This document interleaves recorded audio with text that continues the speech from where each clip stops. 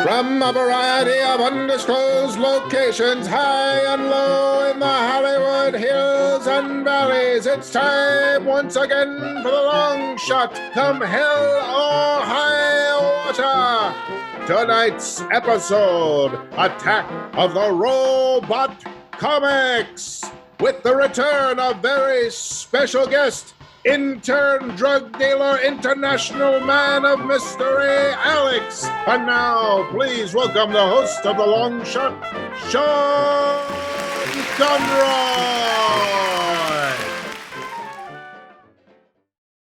Thank you so much. Good afternoon, good evening, good morning, good day, good noon, good night, good dusk, good dawn, good desk. Welcome to the long shot. It is a pad. I don't know what it is, but it's here, right? Here we are. Hang in there, bro. Hang in there. It's just the opening. My name is Sean Conroy. I am the host of the Padcast, and with me today on the show, the monstrous marquis of malicious mayhem, Mr. Joe Wagner, is here. So much. With that kind of intro, I'd just like to say I was nowhere near the Capitol this week. Well, that remains to be seen. Also with me today on the show, the darling doyenne of diabolical destruction, Miss Amber Kenny, is here. Wow, we have such powerful descriptors today. I just feel like it's that kind of week, you know? Mm-hmm. It's a crazy week. I was going to say, Amber and I would say you and I are maybe two of the most, I think, pacifistic maybe people. Mm-hmm. I'll fucking kill you. I will kill you. We really have not done an episode after an event like this since the famous episode we did in the 1800s after Fort Sumter was attacked, you know? That was a good episode, though. Yeah, we were like, what's going to happen next? We don't know what's going to happen next. We made it onto that. It was the Civil War, you know? We made it onto that vulture list after that episode, so it was worth it. It was top 100 episodes related to the beginning of the Civil War, so it was not a particular. And there was only about 104 podcasts. No one could listen to them. Yeah. They were all on wax cylinder. You were so happy that day. Yeah.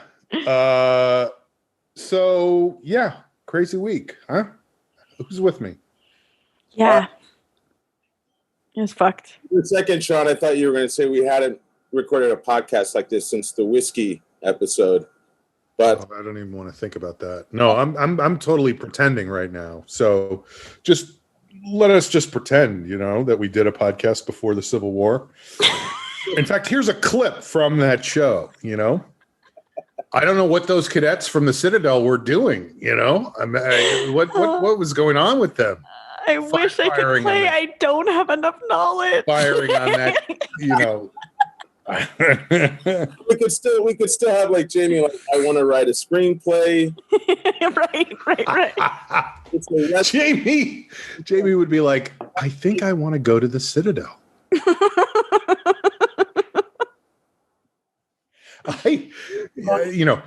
Look, I get it that South Carolina seceded from the Union, and Jamie would be like, what? I want to secede from the Union. I think I'm going to be a Confederate state. No, Jamie, no. The sedition tata. What do you think? Sedition tata. Seditionata, maybe? I don't know. That might flow to it. All right. Well, yeah, it's been a crazy week. I watched the whole day. Couldn't turn it off. I had the experience, guys, of I just had stayed up until literally the break of dawn. Oh no! So you're not in a good headspace to begin with. And so happy, right? Like I was so excited Georgia. at 4 a.m. I was like, this is fucking great. I was more excited about those two winning in Georgia than I even was when Biden won the presidency. Totally. I saw a couple videos from friends who were so emotional. They were crying, the tears of joy. I fell asleep probably around 8 in the morning, and I wake up at 12:30, and the laptop was right there, so I just turned to it, and I'm seeing images that in a haze I'm not even processing. I'm just like, what is this? What is it's it, in a way, it made me think about the fact that I had a very very fucked up immediate perception of 9/11 because I didn't have a TV. I didn't put on a TV. I was listening to Howard Stern. Whoa. Talking about it there on the show. I go to work and I hear some more stuff on the radio, but nobody knew what was really happening. I got to work. It was some planes hit the World Trade Center. And I get to work and everyone was down at the far end of this hall. There were edit bays. No one was in their edit bays. They're all down at the end of the hall. And I'm like, what's going on? What's going on? And I finally get to them and there was one TV in this room and they were all watching the news. And it wasn't until that moment that I realized, this is what Now, were you in a position of authority there? Could you have said to people, hey, guys, let's get back to the edit bays? Look, come on. Capitalism. We got an editing to do. Here's what I'm embarrassed. Here's what I'm ashamed of. I was working on my second assignment at this job. The show was Blind Date. I was working on my second date. I hadn't done well with the first one. I wanted to really do a good job on the second one. And I was working with an editor. And I saw my editor there. And you were like... Everyone's watching. And I was like, hey, should we go back to the bay? Like I was trying to... Joe. I feel awful about that. But that's... Sean, to your question, I was able to ask an editor to go back to work. He did, because we were just all in shock. But then literally within a half hour, they told everyone that they could leave for the day. That's what happened. Was it, was it Avid? It was an Avid. Great question, Sean. Time accurate. Dude, I think you're focusing on the wrong thing. No, I just want to know, like, what I'm fascinated by old editing stories and what software people used and what equipment. I mean, 2001, they still used Avid all the time, right? Not Final Cut. I don't know. What happened to Premiere? Wow. Yeah. Well, I mean, right up there with the Civil War episode was the episode we did right after 9/11. The 9/12 episode. The editing software wars. Joe and I got into a huge argument about whether Final Cut was the wave of the future. And he was like, look, at Blind Date, this is how we do it. And that's how I'm going to do it forever when I stay at Blind Date forever. I freaked out and threatened to fly a plane into Sean. It was not good. Right. It was too soon. No, it was just too impossible. Like you don't have that kind of money. I'm a little guy. It's a giant plane. Amber, how did you take it? How did you take it in the first vision of it? Right. Well, this was... What are you talking about now? Avid? The first time you saw an Avid. It's like, wow. It's that thing that happened at the Capitol. Hey, Joe. I think we've gotten our one smile and one laugh for the day. That's the theme of this show going forward. If people can just get one smile and one laugh, we've done our job. So it was my first week back at work. After, like, we've had since before Christmas off, and then I moved. So it was just like getting back into that groove. So you were getting used to your new office too. Right. Which I'm in currently. Right.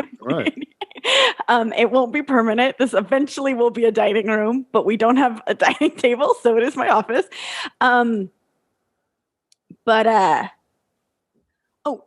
saying that because we're still settling into the apartment and I'm still settling into work. And Wednesday was supposed to be a very exciting day, and it was. It was just exciting is doing a lot of work in that sentence. It was just overshadowed because we had used our stimulus money that we got, and we bought a washer and dryer. And from the shelter, right? You were going to get one from the shelter? Yes, adopted washer dryer. But it was get used to it, right? Get used to them right now. It was due to arrive and be installed on Wednesday morning. And they did. Like, they said, I got an email that said between 9 and 1 on Wednesday. So I was like, okay, I'll see you at 1:45. Like, sure. At 9:15, they're knocking on the door. I was like, oh, wow, okay. So, and that's also strange with COVID. We had all of the windows open and the doors open, and I'm sitting at my desk working, wearing a mask. I mean, he's nowhere near us, but it's like, that is good. All that's the right thing to do. Everything's just weird, obviously. And so we were just excited that we had the washer and dryer and that it was installed. And I think I put even a load of wash in, but then work got really busy. So I got, when you're kind of just in a zone, there's times where I'm working and I'm very aware of my phone and emails and the news. This was not a time. I was like plugged into a project and deep in it. And Boss baby. Yeah. So I don't even remember what I was working on, but I was working on something closely. And again, Jeff works down the hall now, and he comes up and he's like, Trump just made a speech encouraging his followers to storm the Capitol, and then they did, and they're in. And I was like, it didn't make sense. And then it was like, okay, I guess I'll finish this project. Jeff, this is my office, remember? So I to Joe's point, I think everyone deals with news of this nature in a different way and processes trauma in a different way. And on Wednesday itself, like I was aware of it and I was upset about it, but it's a common theme in my life, but I sort of deal with things fully later. So I was kind of working and I was like, oh, that's bad. And we put on CNN and I never watched the news. And so anyway, point of the story is you just 2 days ago finally admitted that the Civil War was bad. Right. And now I'm like, but that's bad. The Confederate flag is in the Capitol, so maybe. So it's like each of one, half a dozen of the other. Right. Well, the point of the story is Thursday, I sat down to work, and I was like, I can't do this. I can't even try to do this. No. I had a delayed response in that. Yeah. If that makes sense. I think. I was just going to say, Amber, I think it's good to remember that I think because everything is so accelerated right now, I think a lot of people, they feel like you have to be processing immediately. You know what I mean? Right. You have to be understanding this immediately. And there's nothing there's no way to. It's not going to happen that way, I think. And anything that people put on themselves to do that is it's unneeded pressure. Don't put that on yourself, please. I was thinking about this today because I was talking to some people and I was watching from the beginning because I was watching the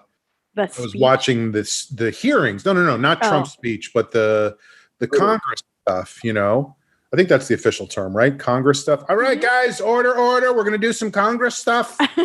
Time to do some Congress stuff. But I was watching that, and then it sort of slowly turned into all that craziness, right? So I spent the whole day, I went crazy on Twitter. Like I was just making jokes all day on Twitter about what was going on, whether appropriate or not. But that was how you. But the contrast to me was later in the day. This kind of goes to your reaction. Like later in the day, I spoke with my father, and he had been out of the house all day, and I just happened to catch him as he was watching CNN for the first time all day. Oh my God. So for me, I had been immersed in it all day. Right. And I feel like in a sense, it's like that analogy people always use of boiling a frog, where if you put the frog in before you start boiling the water, the frog doesn't even notice that it's being boiled alive. Certainly I knew this was weird and fucked up, and I was like, you didn't feel good. Right. But when I spoke with my father, it's shocking. He was on FaceTime. Not, yeah. He was sitting there, he's looking at the thing, and he's like, he goes, I'm 84 years old. I've lived in this country my entire life, and I don't believe what I'm seeing right now. You know, like he just couldn't, like you said, he couldn't process what was going on. It seemed unreal to him that something like this. But I guess because I had been watching it from the beginning, it was like, oh, I see. That's the next logical step. Yes, that guy is doing that. And that guy, now they're okay. And then, they're running, yelling, screaming. Yeah. Okay. It was. I got angry with myself because I realized my Hollywood conditioned brain started to think that I was like, this looks like some like Gerard Butler White House Down like action movie. Like you're like bad quality of filming. It could be more believable or something. I mean, it just looked like, oh, this is the scene where the radicals, the insurrectionists take the Capitol, but Gerard Butler's the guy who's got to get Pelosi out. I mean, it was like, that's what it looked. The rushing in was what just the worst part too. Here's the thing. Not even can. What was the worst part, Joe? I'm not the worst part, but it gets worse because not only can you process this individually immediately, but more things are coming out. This is ongoing. It's not. So more footage. It's not fixed. More footage has come out. More reporting has come out of what was actually happening inside, because we were all just taking in the immediate shots that they're getting from the live cameras, and now you're seeing more things come out, and it's like the last 3 days. Part of this is like reliving it again. Seeing it again, having to feel it again. From a different angle. And close up, medium shot. Well, what's crazy Two shot. Sorry, go ahead. There was that one reporter, I don't know his name, and I apologize. I should. Manu Raju? No, he was a British guy. So it felt very much like one of those like nature documentaries, but he was like in the middle of. Oh, he was an older guy, right? Yes. Yes, I saw that guy. And fucking brave dude, man. Like that was some scary shit. But a lot of what people were saying, and I'm not the first to point this out, and I know that, but they were very convinced that they were fighting for their freedoms. And because their freedoms were being taken away. And I mean this sincerely and genuinely. What freedoms are they talking about? The fact that the person they voted for didn't win? Like, that isn't your freedoms being taken away. Right. I don't, like, it's. Well, because they convinced them. Right. That election was stolen. Right. That it No, was, I that it mean, was a I know, fraud. I Yeah. know that, but like, there's no actual, like, their lives are fine. There are people whose rights are being taken away every day who are not storming the Capitol, and it's. But I think, I actually think that's actually, their lives aren't fine, and that's part of the problem. Is that these are people who are not doing as well as they should be or as they think they should be. And that somebody like, I don't know what politician I can pick off the top of my head, but let's just say Donald Trump comes along and goes, "You're right. You are not being treated fairly. Right, you are not being, you're not as successful as you should be. I alone can fix it," and then does nothing to fix it. That's not the part that's important to him. What's important to him is to make people believe that he's they should be angry. Yeah. They should be hateful. They should look at other people and say, it's your fault that my life isn't everything I want it to be. And they should donate money to him or vote for him or whatever, And here's one thing I was trying to wrap my head around because of the scope of the mob that day, is that it's not just one monolithic thing. Right. Because as I was taking it in, people were making the points of like, because some people were like, this is all, look at that mob. It's the person out in the rural areas of the country. It's the low education, low economic status. But yeah, that's not necessarily the case. That wasn't the whole thing. Then there was the other side. So Sean, as you're saying, the people that feel like I'm owed something, and then the people that took private jets to the thing, who don't want to lose what they have, who genuinely believe, wait, who are the people who took private jets? I haven't heard about this. Name names. It was a wealthy real estate agent who like took so you're talking about one person with three friends, and that thing. Sounds fun. Yeah, right. They made. Well, did you guys see? Like, they had the video of the people afterwards at the Hyatt, the lobby in the Hyatt. Like, I saw somebody make the joke. It was like, this looks like the second day of like Dragon Con, like a comic book convention or something. Because it was like, it's a cosplay element, but it was just, there were so many different factions within that mob. I think it was mostly people with blue. From what I saw, it was mostly people with blue shirts. It was like, if you wore a blue shirt, then you're one of those people, Well, I hate the fact that I look like a lot of those dudes. I kept seeing the pictures, and it's just that big, burly, bearded, and when they get so angry, and when you see the, stills of them screaming, I feel like I'm looking into the scariest Funhouse mirror of what I could be. Oh, like a sliding door situation. I look. And yeah, that's why I keep a Funhouse mirror in my bedroom, just because I want to get used to it, so that when I see it in real life, I'm not like, whoa, But some scary. Some people there had a plan. Some people there that had designs, they had a plan.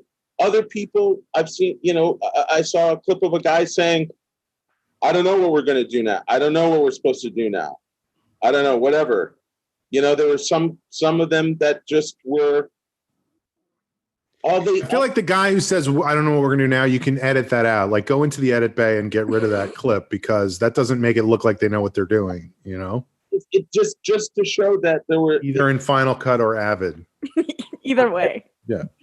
Just be consistent. There was that element of a total shallowness of doing anything that's for actually something bigger than yourself. There were just people there that literally just wanted to break into a place. They wanted to break in and they wanted to throw shit around. Well, I'll tell you, you know what it reminded me of, and this is going to be a weird analogy to make, but when I was in college, which, yes, I live in Hollywood. I went to college. I am the liberal elite by definition. I played rugby in college for a while. Okay, you're very elite now. Yes. Yeah, so elite. And so elite that I got on the team. But so we would play these rugby matches, you know, and it's a club sport. So it wasn't like, oh, there's these many guys on this team and these many guys on this team. Like in the NFL, there's 53 guys on every team. In rugby, it's like whoever wants to play can be on the team. They won't necessarily get to play in every game or play, you know, but they can be on the team. So it's like a big mob you might have a deep bench. Right. And after the game, everybody from our team and everybody from whatever team was visiting. I don't think, as I recall, I don't think I ever went to any away games. Like I was like, nah, I'm good. I'm busy. Yeah.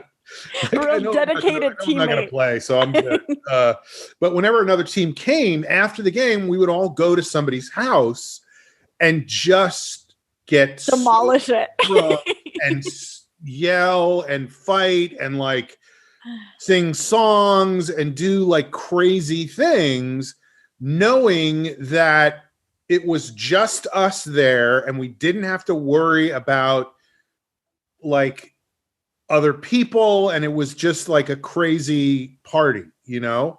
And when I was watching those people on that tape, I was like, that's the same attitude of like, let's do this, you know? Tasmanian devil style. Yeah, like just destruction, you know?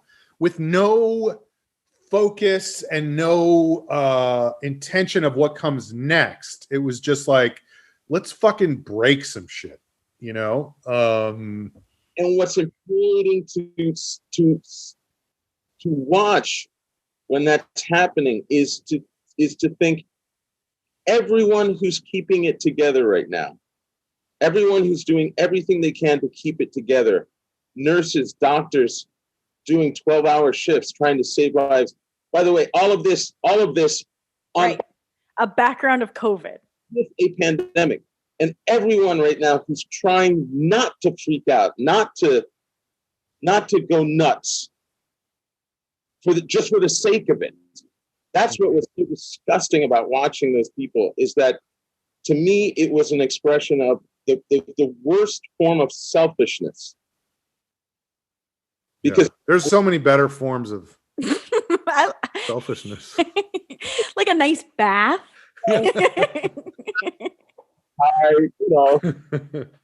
but no, they're talking about it now as being like a super spreader event, that there was all these people in this place on top of each other, and you know, there was one guy who's like a known QAnon guy who was COVID positive. Yeah, and I just think that that's still what I'm dealing with, and what's weird for me is that I don't go to anger. I don't like going to anger. It scares me. I didn't grow up in a way where that's just my temperament, and I'm feeling. Me neither, baby. I don't go to anger. Nope. Peace, brother. Peace. Mm-hmm. I've just been feeling that a lot in the last few days. You know. Yeah. Well, and I was thinking about this today. I've been thinking a lot. I've been thinking a lot about a lot of things. And one of the things I was thinking of, who are these people who are thinking about all these things? I'm thinking about this. I'm thinking about that. What are you thinking about? What do you think? I think this is what I think. What do you think? I was thinking about, it's like, these are two major traumatic, I don't know if events is the right word, but like, well, three traumatic things: the COVID pandemic, the Trump presidency, and the invasion of the United States Capitol in a way that that's never happened before. Nothing like that has ever happened before. Except for, all the other times that happened. But besides that, it never happened before.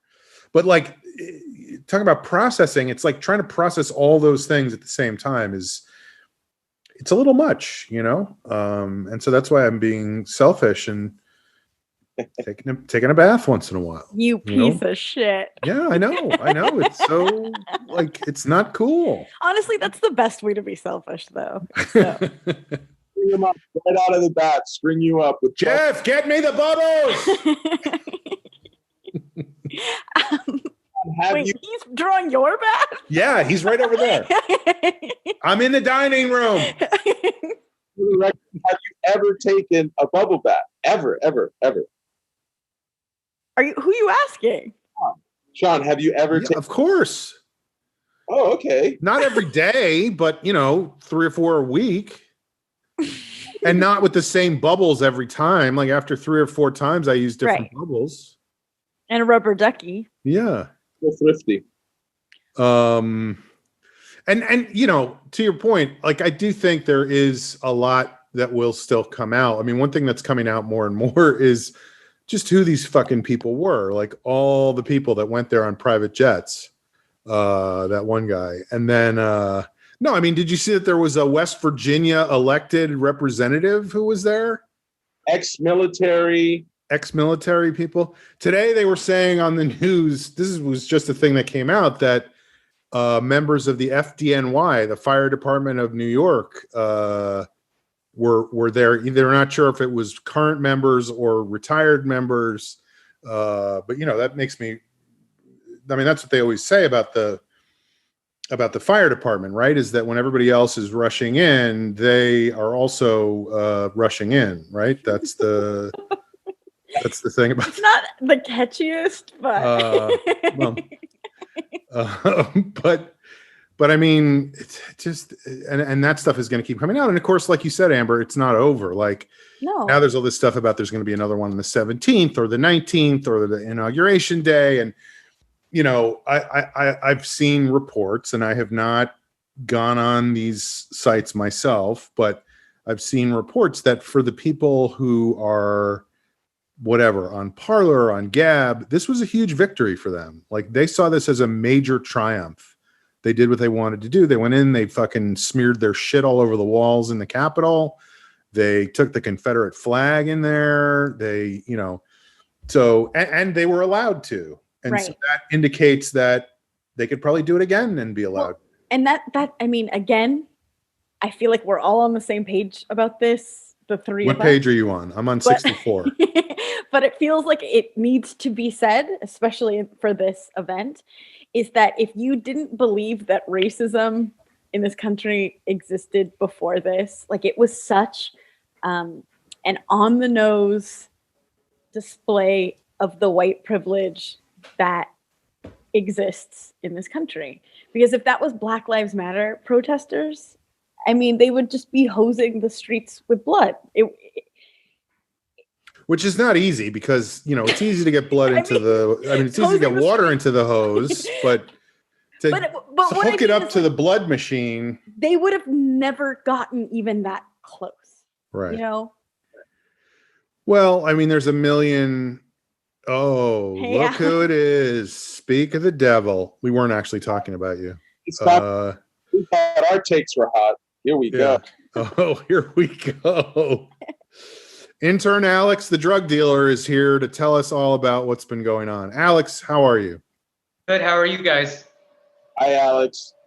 Do you have what's that one book behind you? That one on the third shelf? Oh, let me grab it for you. The UCB Improv Manual. Uh-huh. My back. I have boxes clearly everywhere. a hologram, by the way. But go ahead. I have boxes everywhere. I just moved, so if this is distracting, I could change it. No, it's great. Cool. Where'd you move? Indiana. Whoa, what's in Indiana? Yeah. I'm going back to school again. You're addicted. I know.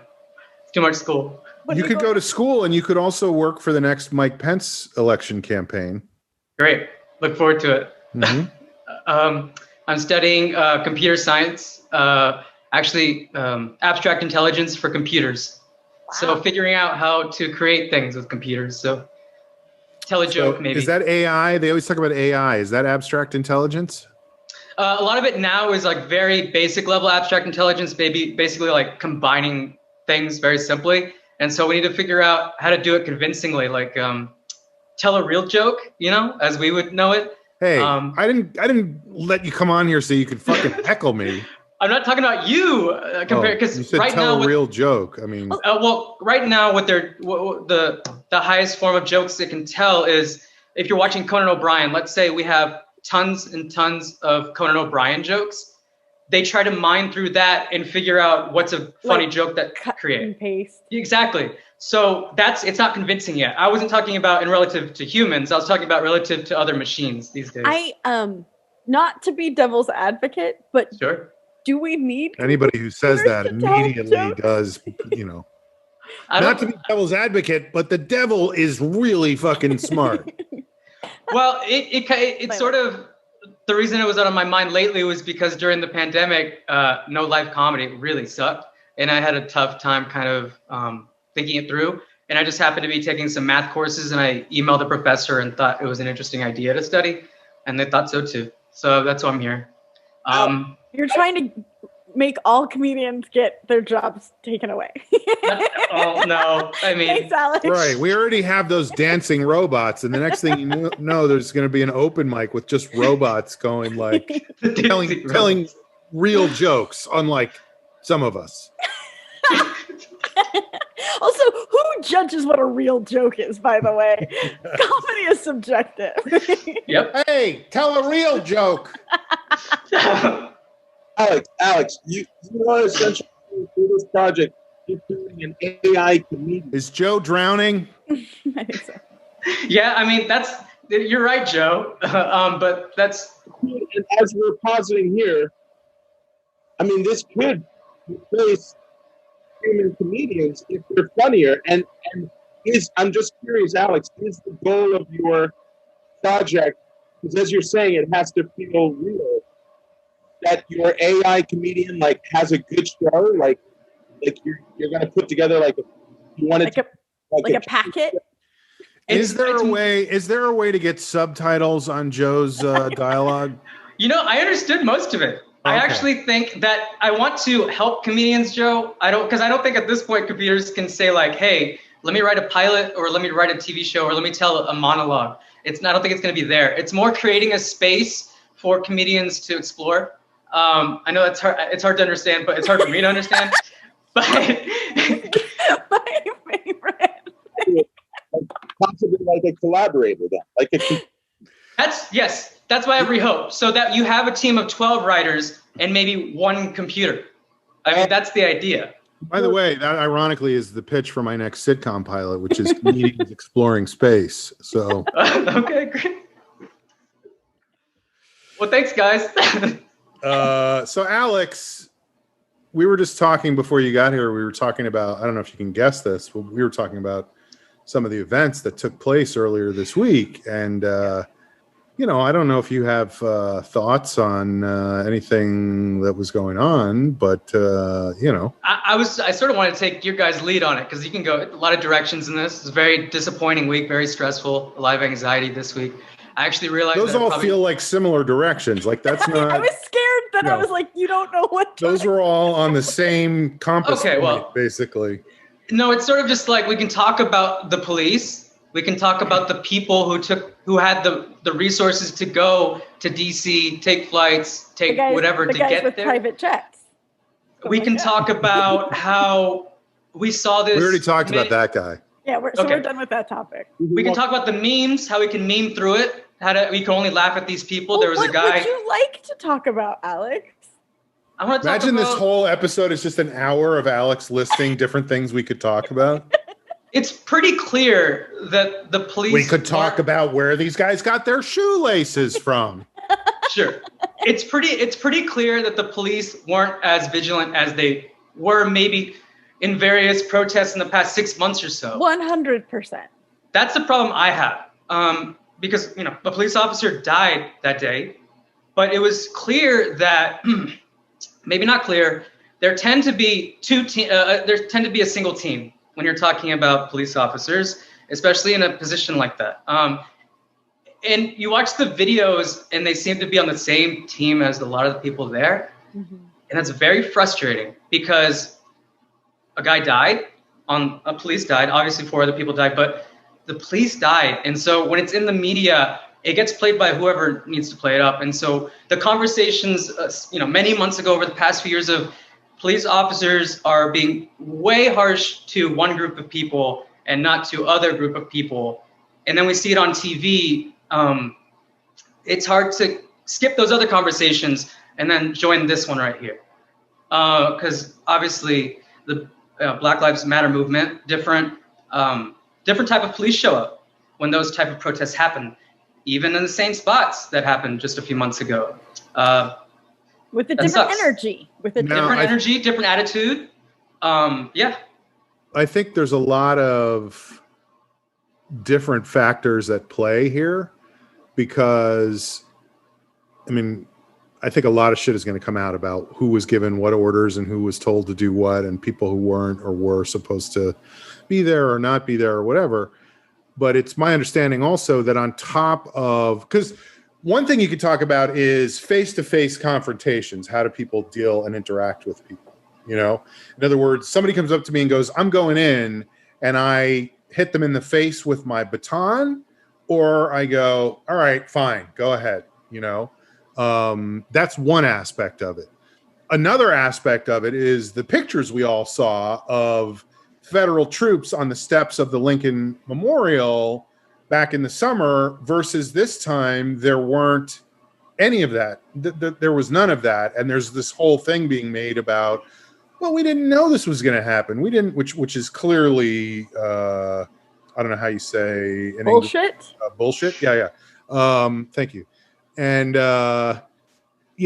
but then there's also the element, and this was not an original thought on my part, like most things I say, but the idea that by calling out federal troops in the Black Lives Matter protests, Trump put the people in DC, the mayor, the local politicians, in the position of saying, we don't want federal armed troops in the streets of DC.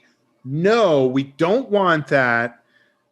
Let's see how the situation unfolds. So the irony of it is, by abusing that power, he made it easier for himself to abuse that power in a different way. Right. Hyper-normalization. You said you didn't want it. Right. And it is funny. I mean, not funny. A lot of nuance there too, because DC is not its own state, right? It can't control federal troops. That is the big thing. We saw it. Totally different situation if DC could say, listen, we got to bring someone in. Didn't really happen. Anybody else think Alex looks like a ghost right now? That haunts a book room. It's very Harry Potter. Spooky library, yeah. Yeah, a personal library. I was going to say, I read some reporting that there were people in the situation close to the president. About the situation room? No, sir? Just the situation. I'm sure it was a room somewhere, but that were concerned that if they did give the president the permission to bring in, to request the National Guard come in, that they would be under his control. So some people were like adding, like some people were trying to avoid that. I think there was the problem with this whole approach of chaos is then to find a solution sometimes is as chaotic as what they've created. And it's also the thing that Maryland had troops ready to go. They're right next door, but they're not allowed to, obviously, just go in, you know? Right. I saw that Chuck Schumer and Nancy Pelosi and Steny Hoyer were on the phone with Governor Hogan in Maryland saying, please fucking send in some troops. And he was like, they're here. They're ready to go. I can't do it until I get permission. You know, they were locked in an office on the phone with him as people were tearing shit down or smearing shit on the walls or whatever they were doing right outside their office, you know? Wait, did they really smear shit on the walls? That's what. Yeah. But it's so crazy because you remember, like, just or maybe it was chocolate. I mean, I don't know if anybody tasted it, you know? Oh, yes, tasting their own nuts. That's true. But do you remember a month or two after Donald Trump came in office, the big deal was that he invited Kislyak, or he invited two Russian, obviously, big spies into his office. Just the biggest breach, obviously, that we've seen in the past 4 years, in the past 20, I mean, you name it. That was crazy. That was when he did two things. He gave them intelligence that outed some Israeli spies. An Israeli spy, yeah. And that was also when he told them he had finally gotten rid of that lunatic James Comey who was totally out of his mind. Right. And they all laughed about it. But the police thing is, I just think there's a lot of levels of complexity to that. You know, that's tough. And the other part is the political part, where it's the whole primary, right? It was, we have to unify. These aren't bad people. And so it's like we have to reach across the aisle. It's a very difficult thing to look at today and say, and it's very difficult. And I read a few minutes ago that the Republicans are trying to make the trade-off. We'll honor the electoral vote if you forget this whole thing happened. That's not a trade. That's not a trade. Right. So it's just really disappointing. Yeah. Well, I have two different directions I want to go in right now. North and also north. Anxiety. And stress. No. Just to go back for a second to the idea of armed federal troops and all that stuff. Please. I read a breakdown today. There's a guy named Seth Abramson who is on Twitter. He's a professor from New Hampshire, and he has been writing for years. I think he's written 3 books at this point about all the nefarious shit that's gone on with the Trump administration. And he did a 160 tweet breakdown of Trump's speech about, what Trump was saying before, at the White House before everybody went to the Capitol. And one of those points that he made, and he does it in a way that is very specific about what Trump's saying, but then there's also an element of it that is, this is my interpretation of what he's saying. Sure. And of course, the problem with that is he can say, this is how I interpret it, and it could be clear to me that he's absolutely right, but the way Trump speaks, he could turn around and say, that's not what I'm saying at all. And it's very propagandistic the way he speaks. Like he speaks it's like the Michael Cohen thing where he says things without actually saying them. So people understand what he's telling them to do without him actually verbally saying the thing. It's a deliberate vagueness, which is part of the approach. Right.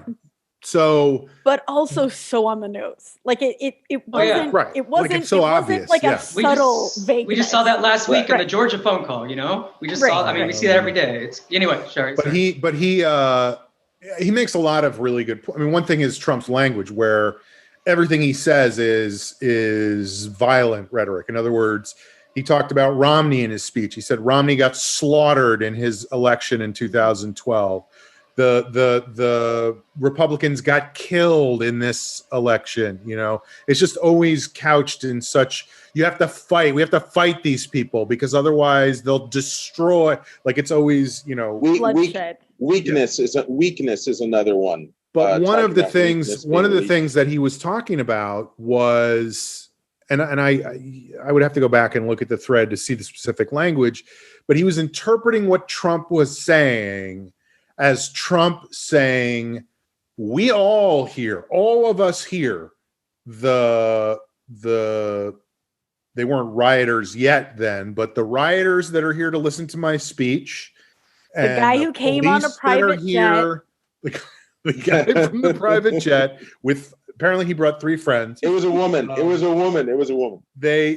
But also the police and the troops, all of us are going to go over there and we're going to go. So I guess what Seth Abramson's point was, had there been military presence there, Trump was quite certain that they would have at least gone along with it, if not joined in, and he's been talking for years. And I don't know if that's true or not, but that was Trump's interpretation of how he would have been supported in that moment. Well, apparently he was inspiring enough for military people all across the country to show up in ununiformed or uniformed with zip ties or what have you. So and at the level of the police, which is just beneath the military, at the level of police, they did let them in.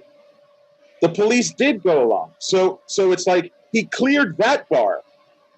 And that's how it happened. But again, that's also hit or miss, because yes, there's absolutely footage of the police letting him in, but there's also footage of not letting him in, and people and beat up and the punching guy got people. Killed But I something that we were talking about of more information coming out is, and this is terrifying, is they're starting to report more and more the coordination that was happening behind the scenes. So there is complicity to what happened. And I saw someone bring this up, and I actually can recall in 2006 seeing a news story about this report. The FBI did a comprehensive report on the infiltration of white supremacists into law enforcement. Yeah.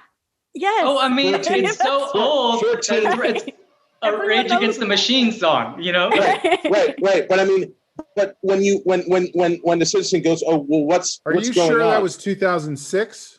It was 14 years ago. And that's the thing where you go, at least how long it's going to take the government to actually do something about it. So the first thing is report. Okay, they do the report, and then nothing happens. Nothing happens. But also, in defense of all that, time is so elastic. Like, I thought my comedy career would have taken off by now, but I'm still. I mean, it's been more than 14 years. Like, it's. I don't know. It just these things take time. If you could tell a real joke. Come on. Hey, tell a real joke, buddy. What are you, a fucking robot? I wish. But here's the other thing. Wildest dreams. My mother, she's so crazy. My friend Eric Drysdale, who I haven't seen in a long, long time, but he's a writer and a comic in New York, and he had one of my favorite jokes of his was he would say, "How many robots does it take to screw in a light bulb?" One. That's it. The other thing I was going to say off what you were saying before, Alex, I was talking about how I kind of lost my mind on Twitter on Wednesday and was just trying to make jokes all day. Like, just that was how I was dealing with it. It's the only way. But one of the things I wrote, and I actually wrote it down. This was on Wednesday, and I don't remember what time I wrote this, but I wrote, this was a joke, remember. I just hope none of these protesters are prosecuted. It would feel totally political. The country needs to heal. And but that's what's happening. Exactly what's happening. I mean, I've watched Fox News the last couple of nights, and they can't stop talking about what a hypocrite Biden is, because he ran as a president for everyone, and he ran as a president who was going to reach across the aisle, and he ran as a president who was going to heal the country. And now he's saying, wait a second, those people did something bad. Shouldn't he just ignore that? The flip was instantaneous. The Fox flip was instantaneous, and it was so jarring. So it's dissonant. It doesn't. And again, you always keep coming back to, how can someone believe it? And then you see the footage of the people there, and they are, like Amber, you said from the very beginning, some of those people were so absolutely passionate in their conviction, psychotically violent. Well, I thought it was really sad. I mean, that woman who was killed, who was shot by the police, I don't know if you saw the video of her in her car as she was driving to the rally, and that's exactly right. She had a psychotic break. Like, she was mentally ill. Right. She was screaming with no one in the car, just to her. Like, at least I'm screaming now, but I know you guys are listening to me. I know there's people listening to me. But she was screaming at her phone about what they were going to do and how they were going to take the country back, and the country wasn't going to be over. And it's because of what you said, Joe. It's like they've been fed so much bullshit, and it has just infused every cell, and they really believe that these it's not funny, but it does kind of make me laugh that these Joe Biden, who, by the way, the big criticism of Biden was that he was too corporate, but yet at the same time, he's also a communist, socialist. I know. No, he's the Trojan horse for the Bernie Sanders agenda. That's what it was. Good. I hope he is. Yeah, great. And now that he won, he has the mandate to be the Trojan horse. Anyway, but whatever. Well, oh man. But just how crazy it has made people, and like. Well, and what I keep thinking about is that Trump has sort of masterfully put himself in this perfect position, because if any consequence come down on him, he says, see, I've been persecuted this whole time, and here's Also, the proof. And he really was playing 11 dimension chess. I mean, I don't know if he's actually this smart or if it happened accidentally, but no matter what happens, his followers just see it as more confirmation. Yeah. And it's like, ugh, I don't know how to get out of that hole. Well, to be honest, I think he's pretty good at doing the dialectic where it's just like, okay, our people are passionate enough to invade the capital. Indiana University. No. It's like this. They say our people are so passionate we'll invade the Capitol. Actually, no, those aren't our people. They're Antifa. No, those are our people. No, it's Antifa. So, right. You know, they're really good at switching that up. Again, yes, it's every hour is a whiplash of cognition right now in this country, because you literally see him on Wednesday go, "We love you. You are special," and then the next day he goes, You do not represent America, and you will pay.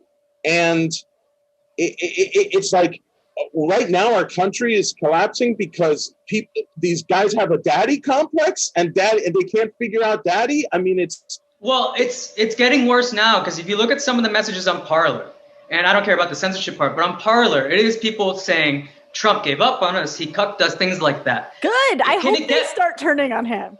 But can they get worse without this guy? Because even, history says that brown shirts, people can lose control of brown shirts. So it is just like, can it get any worse than that? And the people... I also find brown an ugly color. Like, it's not flattering to anybody, Hey, the right warm brown?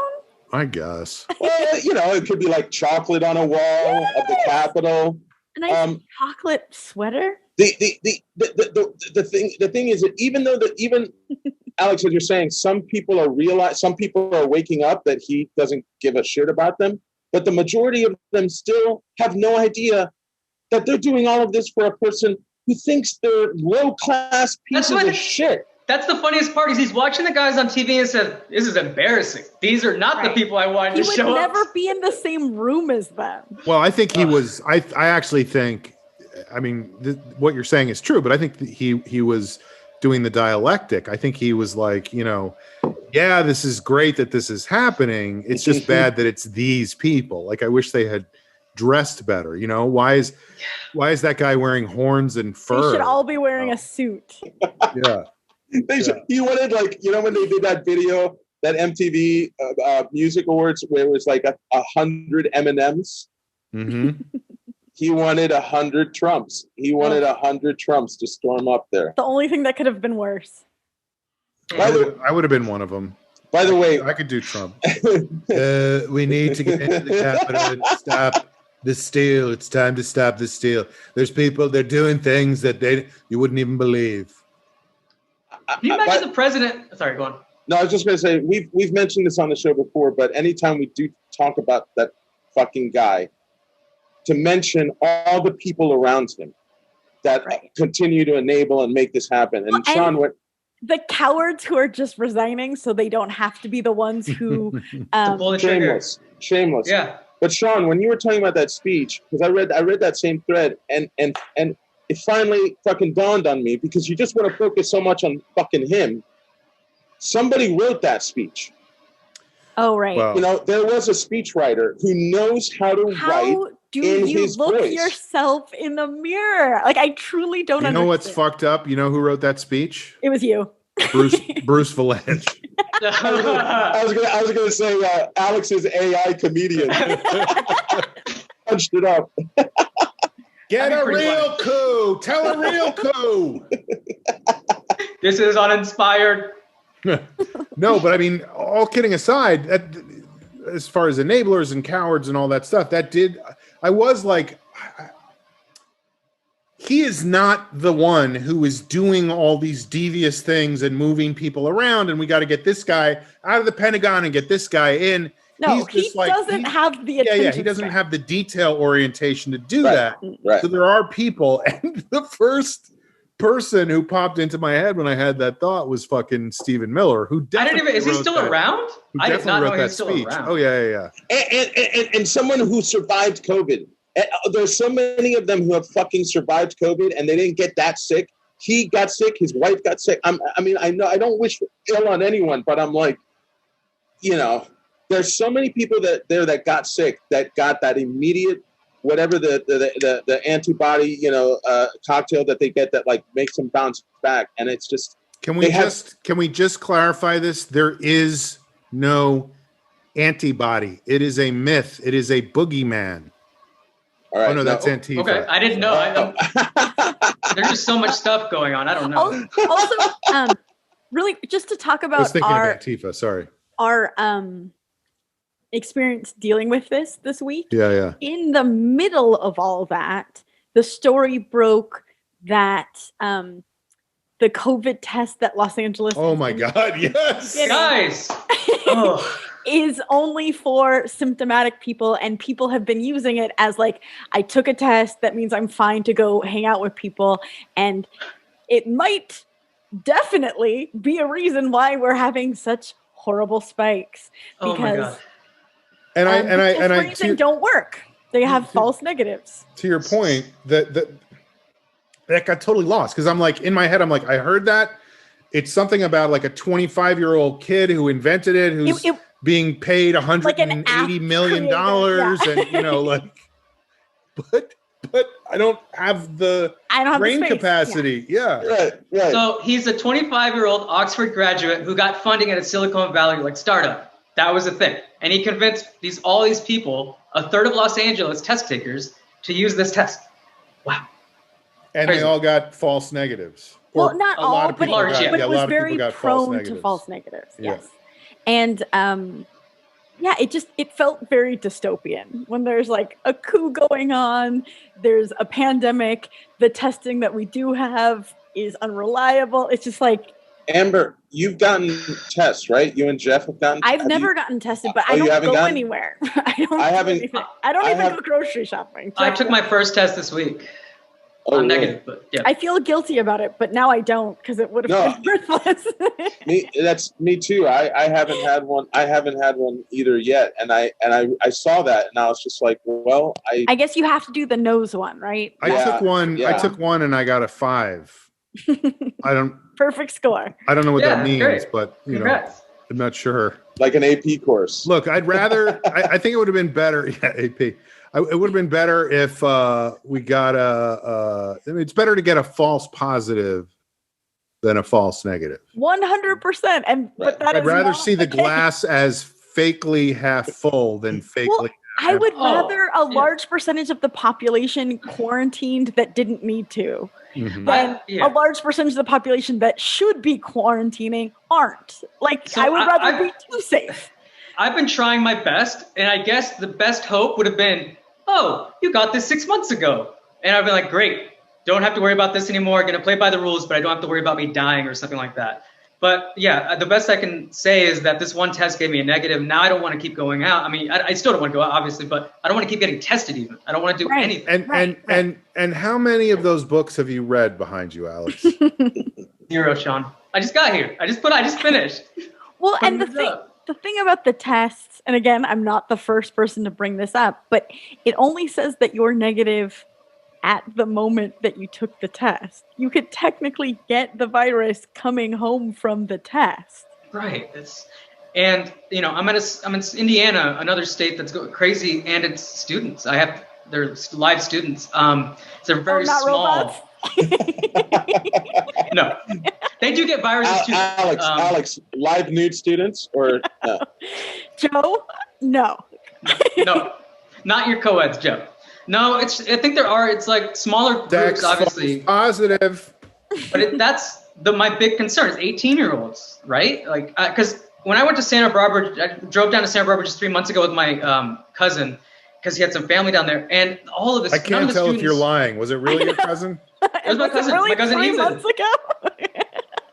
It was a few months ago. I can't remember, guys. But anyway, nobody on campus. Nobody on campus. Like we were around, obviously, the UC Santa Barbara area. Nobody was wearing masks, and it's just like you see it now because everything you think of is 2 to 4 weeks in advance now. Because it's like, oh, they're gonna be sick in 2 weeks, and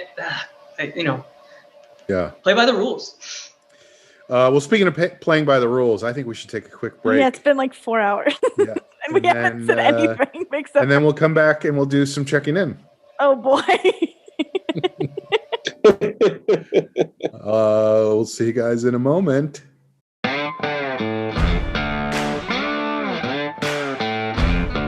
Hey guys, it's Sean. Thank you for listening. I really appreciate it. We all really appreciate it, although those guys aren't here to tell you that right now. I'm sure they would be agreeing with me. But while you have a second, while you're waiting for the show to start again, maybe go to iTunes, rate and review the show. We'd love to get some good reviews up there so we can start building our audience. It's been 47 years that we've been doing the show, and we've decided to start increasing the size of our audience. So any help, greatly appreciate it. Thanks a lot. Now back to our show.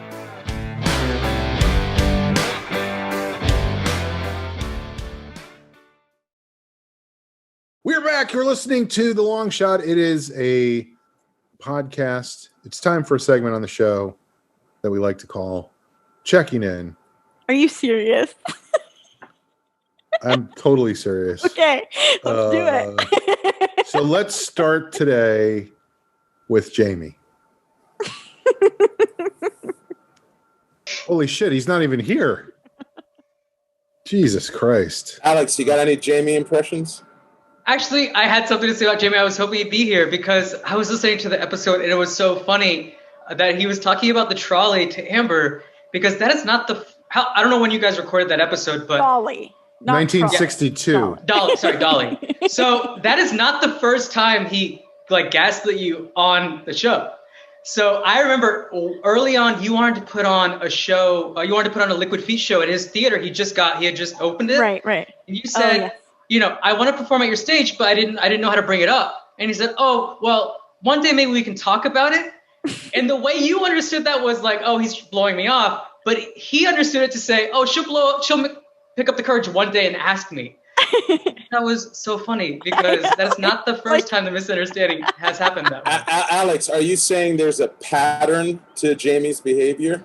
There's a whirlwind of behavior I feel like a lot of comedy is based in misunderstandings. Tell the robot. Yeah. Or don't. I don't know. My friend told me he had a dolly. Turns out. But he didn't. Ha ha ha. He has done this before. Tip your waitresses. Alex, are you? Alex, what else is going on? Yes, Joe. Alex, this is fascinating. Alex, you could not have a better checking in than I am creating an artificial intelligence comedian. There's so many forms of comedy, so many kinds of jokes. How are you narrowing that down? I'm just curious about that process. Knock, knock. Who's there? It is me. Oh, hey, how are you? We look the same. That's because I am you and you are me. We are one and we are all together. Thank you. I think it's 00010001000. That's his tag. That's his catchphrase. T-shirt. Yeah. I am laughing on the outside. I think it's. I totally forgot what you asked, Joe. But Alex, like, are you programming? Like, would it be able to tell? Like, Are you high, Alex? no, I'm not. I'm laughing. Alex, would it be able to tell a political joke, like a kind of joke? No, that'd be very difficult. So the biases. I mean, it's tough to. The political stuff I'd really want to stay away from because I'm not really, Right. It would have to be something universal. The basic thing would be just A to C. Can I get a computer program if we give it a word? Can I go from A to C? That's all. So what's A? What is A? The setup? Any subject. Well, just like the improv A to C. Any subject. Can we get something funny out of this idea? That isn't like the obvious next idea. Right. That's it. Now, the problem isn't can we do that? The problem is what's the common knowledge that we're coming from? When we go to a UCB show, we're kind of all on the same page. If it's a computer, how do we get that computer on a page? What page? What is a page? That's what I believe we were actually on page 64. Yeah. If I've been listening to the podcast.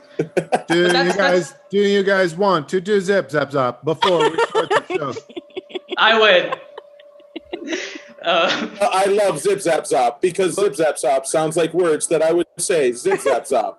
Look, I am a robot. Yes, and I am a robot. Yes, and yes, and I am a robot. I can't wait for this episode to be so like not age well, where it's like, yeah, robot comedians are like the coolest, biggest. Well, the first thing I thought of was those dancing robots, and the problem with that stuff is that there is speculation that these are, and I don't think it's not within the realm of possibility.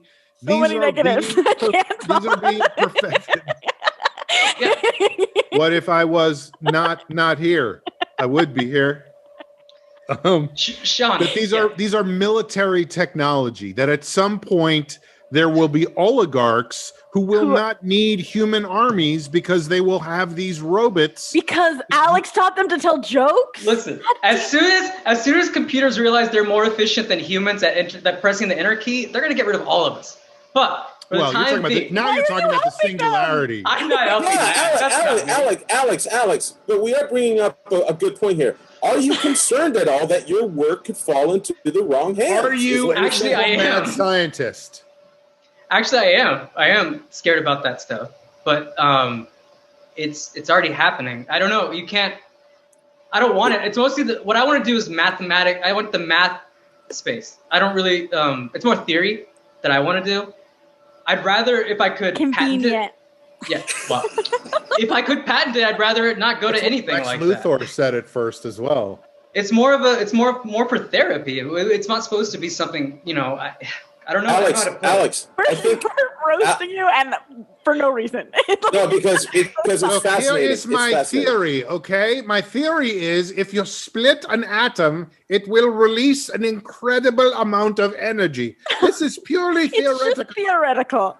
I would never put that into practice. Tell a real joke. Will you pay me to put it into practice? I would like to do a practical experiment, perhaps in the desert somewhere. Well, not funny. Tell a real joke. Alex. Yes. I mean, seriously though. Alex. Joe. Go ahead, Joe. Alex, go. I apologize. I'm so excited for the future that Alex is creating. Alex, do you feel like, are you trying to rationalize it in the same way that the guy who created Skynet is like, this is something necessary. This is something we can explore. But I mean, what if you do Are you put the comedians? New Joe Morton? In other It feels like a leading question. I'm just saying, Alex. I'm fascinated. I'm excited for this new world. But how dangerous are you? Well, but Alex, what? I mean, yeah. What Alex. if there are then no comedians? I don't know, Joe. I don't know what to do. Joe. Alex, comedians are society's greatest resource. If you put them out of business, if they become obsolete. Alex is teaching robots jokes so that they can go into battle for oligarchs and make wisecracks the way soldiers have since time immemorial, you know. Or As they'll the boat be like hits the beach, they'll have like a metal cigar in their mouths and just be like, looks like this could be the big one. Let's go. That's not a good joke, robot. Tell a real joke. Look, do you want me to? I'll frag you, motherfucker. Take my robot wife, please. Is anybody here from out of town? Oh yeah, we all are. That's why we are invading. Well, no, I like how Joe has a real cigarillo and Sean has a fake cigarillo. Because I'm a robot. Well, the robots could be anti-fascist, sort of like the Marx Brothers, where they enter a situation and sort of demolish it from the inside. Like Westworld. I don't know. Yeah. Alex, if you program it. Alex! Transformers. Westwood or Westworld? Westwood. That's Whirlwind. All right, so who's checking in? Was it Jamie? I forget. Yeah, Alex was. It was Jamie. Oh, Alex. Alex is checking in. I just moved in to Indiana, about a week ago, and so that's been stressful. Amber, Yeah. you can relate. Mhm. I had to fly, and that was the worst part. The worst part, because I just didn't want to do TSA that. you're But, talking about? well, I had to unpack everything. peanuts. Like, because I forgot that I just had to unpack everything, and I was moving. The guy looked at your suitcase and he was like, let's unpack this. Yeah. No, seriously, unpack it. Yeah, that is exactly what happened. And then just the whole... Tell a real joke. That was a real joke. Good job. Oh, we went for the opposite idea. But also getting into the new apartment, which was better than I thought it would be. But man, making sure you have just everything you need sucks. Well, and But, do you know anyone in Indiana, or you well, like, my cousin, he went here. He's not here right now, but he can help me sort of like guide me around Your town cousin? a little bit. Yeah, no, my real cousin. By the way, He went sorry to interrupt, but this is just making me think of when Alex moved in here with me the first day. Oh no. And I don't know if you remember this, Alex, but like you're talking about having everything you need, and obviously everything was all set up. Like I had cable, I had electricity, you don't everything. have to start from scratch. Yeah. And You bet. and so Alex moved in, and the first day he was here, all the power went out in the apartment. Like just everything. We were just sitting here, and all of a sudden it was like. But thanks to the power going out, that was when we just. Go on. No, I was just going to say, like, it was that thing where, like, I was like, oh, this happens sometimes in the neighborhood. It's probably a blackout. Like, it's when we looked out the window and everybody else's lights was still on. It was just this apartment. I didn't know that. But thanks to the power going out, my cousin was there helping me move in. I don't know if you remember that. But we discovered that exit. I still don't know if it was your cousin or not, but go ahead. That was a totally different cousin. But we discovered the exit on the other side of your building. Oh, that's how you discovered that. Right. And then I thought you knew it. And so I didn't I let you did. know I about just it. never had the logic capacity to process it the way you did. I love The that thing we're talking about is the fact that once Alex moved in, instead of walking up the hill to the front of the building, he would just come in through 5 stories area, down yeah. on the other side of the building. Oh. Pick the There's an elevator elevator. up, so he didn't have to worry about coming up the hill. Wow. Because that's a Anyway. big ass hill. It's Yeah. very steep. So what else? Alex- You moved to Indiana. You moved in. You got a bunch of books behind you. First thing you did was unpack your books. It's 28 degrees out right now. And No. so it's been tough to go outside and there's no sun. So I've just been like taking vitamins and trying to eat as well as I could. And I need to start working out soon. And luckily the gym here, you can. All of those things are not exclusive to Indiana. Eating well, taking vitamins, working out. No, it's You've just done that anywhere, it's a school, you know? it's a university area. I'm nervous about going out because I know in a few weeks there's just gonna be people everywhere. But luckily the apartment has a gym where you can make an appointment. So it's only you and one other person across the gym. The So partner? Are you with somebody right now? No, it's not a partner. It's just if another tenant wants to work out. Oh, the apartment. I thought you said the Apartment. partner. Sorry, apartment. Are you So are you on campus or off campus? What's your living space like? About a mile away. So enough to where I can walk. A 20-minute walk is nice. So stroll. you'll have in-person classes. Yeah, partly in person. That's the That's stressful part. In robot, not in person. I am. In robot. Welcome to I'm wearing day a robot one. suit. My name is Mr. 0001010. I'm a bit rusty. Please just call me 010001001. I do not believe in masks. Don't call me Let's doctor. proceed. But whatever you do, do not call me late for dinner. Thank you so much. Jeff has a really funny bit, and I'm not doing it justice, but that in the future, people will be offended, like, Grandpa, stop doing that robot impression. It's offensive. Like. That's funny. I'm going to put that on a slide, Amber. Not Thank all you. robots talk like that, okay? That's not cool. If you want to sound like a robot, you have to be a robot. Have you seen this? Have you heard about this? This is robot appropriation, that voice. All right. Well, glad you're in Indiana, Alex. I hope you don't destroy the world. We'll see what happens. Checking in. Joe, what's going on? I didn't have to order. Joe. He gets excited. I didn't have to order any special food this week, so it was so I didn't have that. Really quick, stress. sorry. Yeah. Can I cut in? Yes. Alex, it looks like you're ready for being a college student again, drinking out of red Solo cups. It's true. Sorry, go ahead. Alex, you're not throwing a rager in the rest of the room, are you? No. That's like my last thing I want to do. Right. So I didn't have any additional stress. I could just take in all the collapse of America and the storming of the Capitol and the insurgency. Trying to do what I think everyone was trying to do, which was to, again, find a coping mechanism.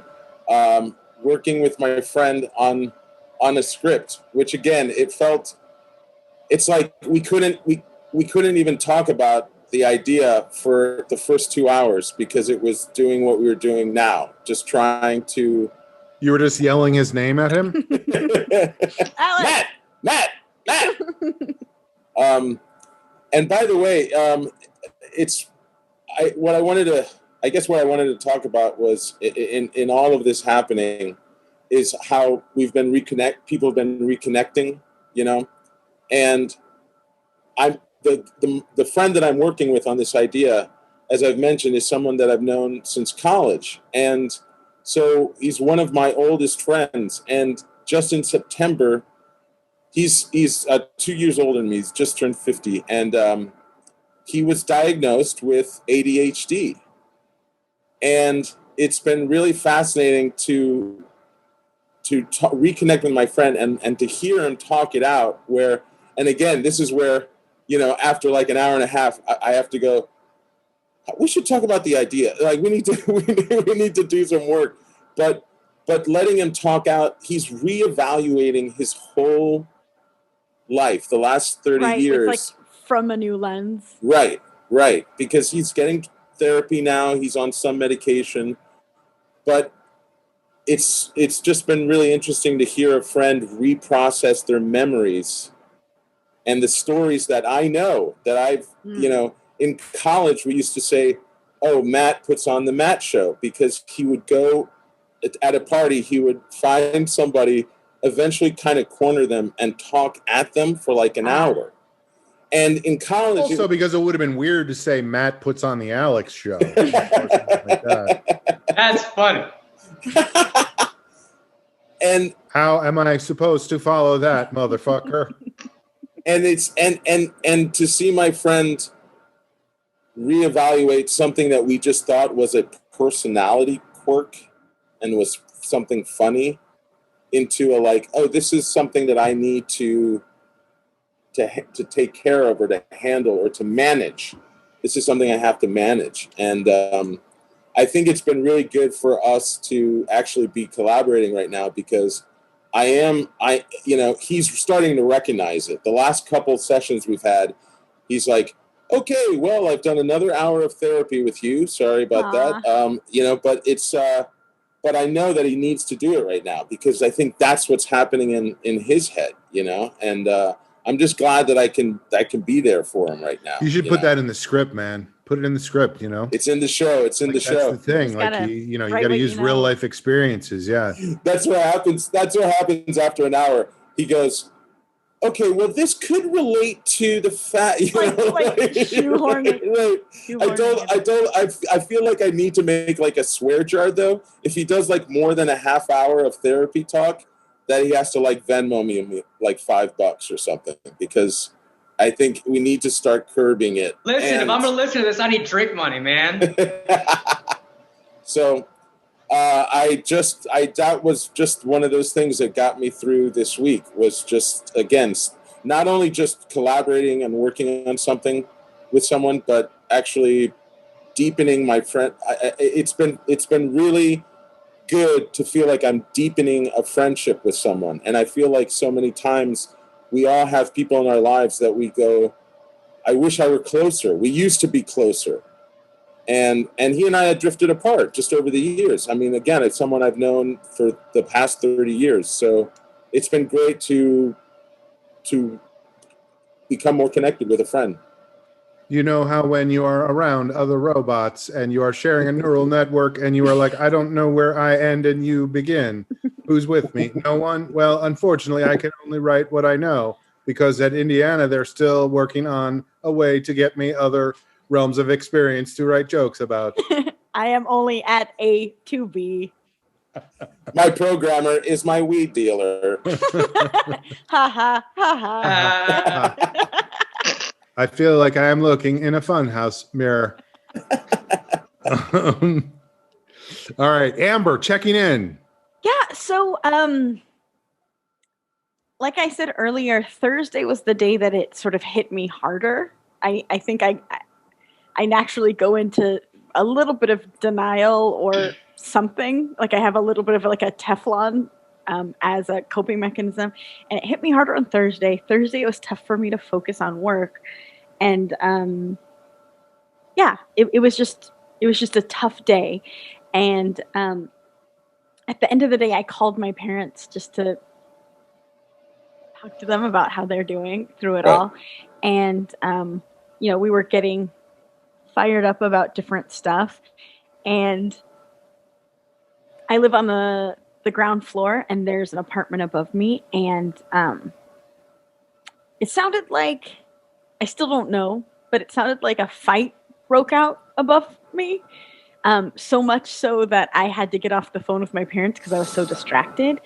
And you love watching other people fight. Well, they're because I'm on the first floor, and the staircase is directly above my apartment. And somebody, again, I don't know all of the details, was throwing heavy objects down the stairs and screaming. And this went on for a very long time. And it was already a very stressful week, and my nerves were already frayed. Yeah. And so Jeff and I were just standing together like, what do we do? Do we want to go in the hallway? Do we not want to go in the hallway? It's scary. It's like, yeah. The way this apartment is we have a door right to outside. I think it was a house that they just split up. So I would have to go outside and then knock on their front door, which goes upstairs. Right. And but yeah, it's like, do we insert ourselves? Do we not insert ourselves? I'm at a place where I don't call the cops unless, I absolutely have to. So I felt really conflicted, and I realized it was a situation where I have no idea what I was supposed to be doing. Like I kept saying to Jeff, I was like, I want to be doing the right thing. I don't know what it is. I want to make sure everyone's safe.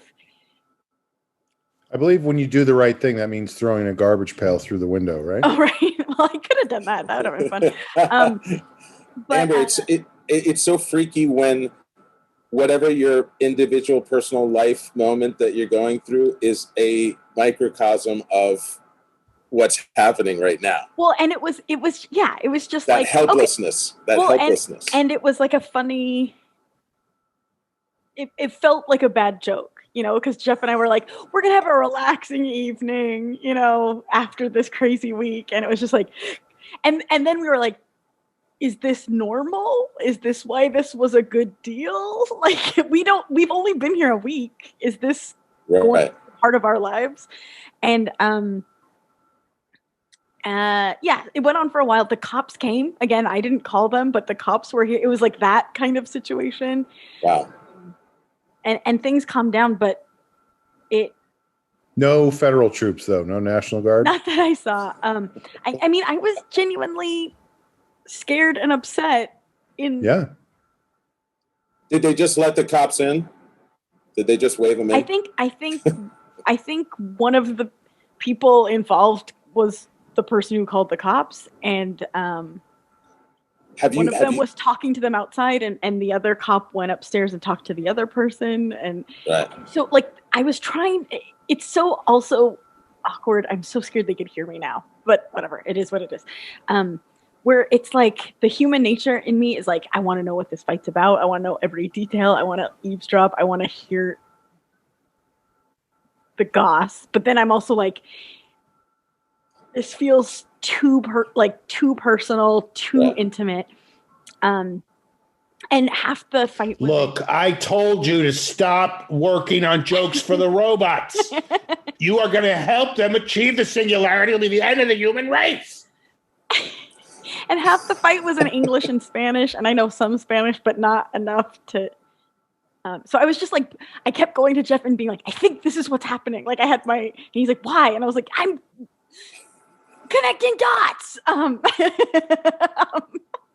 Columbo, but I think the baby Hitler joke is a good joke.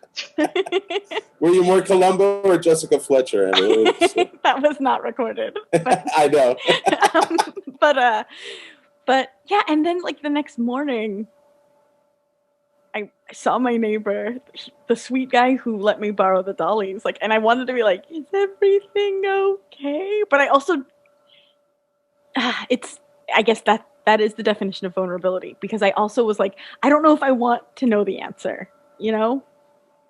Anyway. I think you should call that guy, because he lent you a dolly, right? Mm-hmm. I think you should call him Dolly, because then when you see him after a fight, hello, Dolly. Be like, hello, Dolly. And that would just lighten the moment, you know? Right. And then he looks at Amber and he goes, one laugh.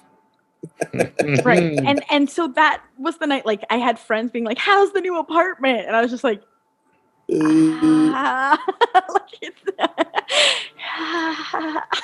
can't. There's always stuff with apartments, but it's different levels of stuff. So you just have to hope that's not an ongoing thing. I know. When I moved into this place, there was a woman living here, or I guess it was a couple, but she was like a Playboy bunny, and she was in her early 30s, and her boyfriend was like this 21-year-old dude. And they had the cops called on them like 4 different times over the course of a year, you know? Or one of them called the cops on the other. I don't know the details, but the cops were in and out of here on a regular basis, you know? It also, though, it did give me a newfound, deeper appreciation of, like, my relationship with Jeff has never looked like that, has never close to look like that, like, knock on wood, like, oh, okay, like, we're doing good, we're okay. You both agree on AI comedians. You're both on the same page with that, right? And yeah, it was just it made me sad for people who, and I know that there's a lot of people that live in that environment all of the time, and that and just being a witness to it away, it's terrifying. I can't imagine being in it. Right. I know this doesn't make it any better, but I think most people now are fairly aware that, like, because of the pandemic and because of staying inside, the stress levels and the arguments and there's no escape. And I think that's just happening more and more. And I think you're right, but we're rounding the corner. No, we're rounding the corner. I've been texting with Sean for a while now. I mean, throughout the whole thing. But I remember early on, even it was just Alex, a bunch of comedians. Alex, a bunch of. What are you texting him? We're rounding the corner. No, it is stuff I see on Twitter. It's just stuff I see on Twitter, but. He texts me and he's like, Sean. Jesus. And then the 17th text is, we're rounding the corner. No, but it was a lot of it early on was just angry comedians. They were just inside all day. They had no outlet. and it was talking about UCB, whatever was going on at UCB, or was talking about this theater, or just whatever they could talk about, whatever they can get angry about. And I feel like it's just been like that for 9 months. And so everything sort of has this tone of, man, like exhausting. And it's like, do I want to get into this thing I'm about to get into? And just, man. Well, can I follow up on that with my checking in? Sure. Because this happened this week. I was out walking in the neighborhood as Such I a big pen. am wont to do. So I was out in the neighborhood. And yeah, this pen is 9 feet long.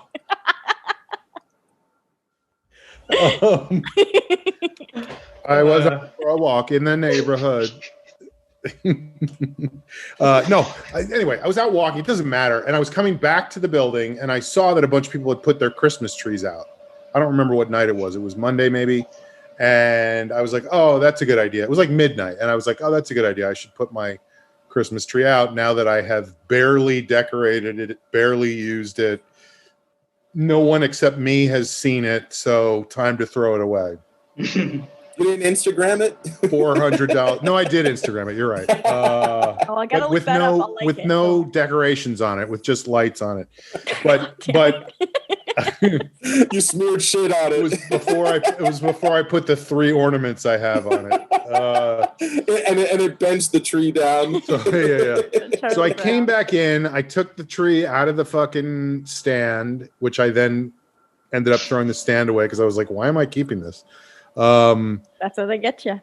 Yeah, and then I went to bring the tree out, and there was somebody at the front door. In other words, at the gate to my I don't know what you call it, the walkway that comes into the building, right?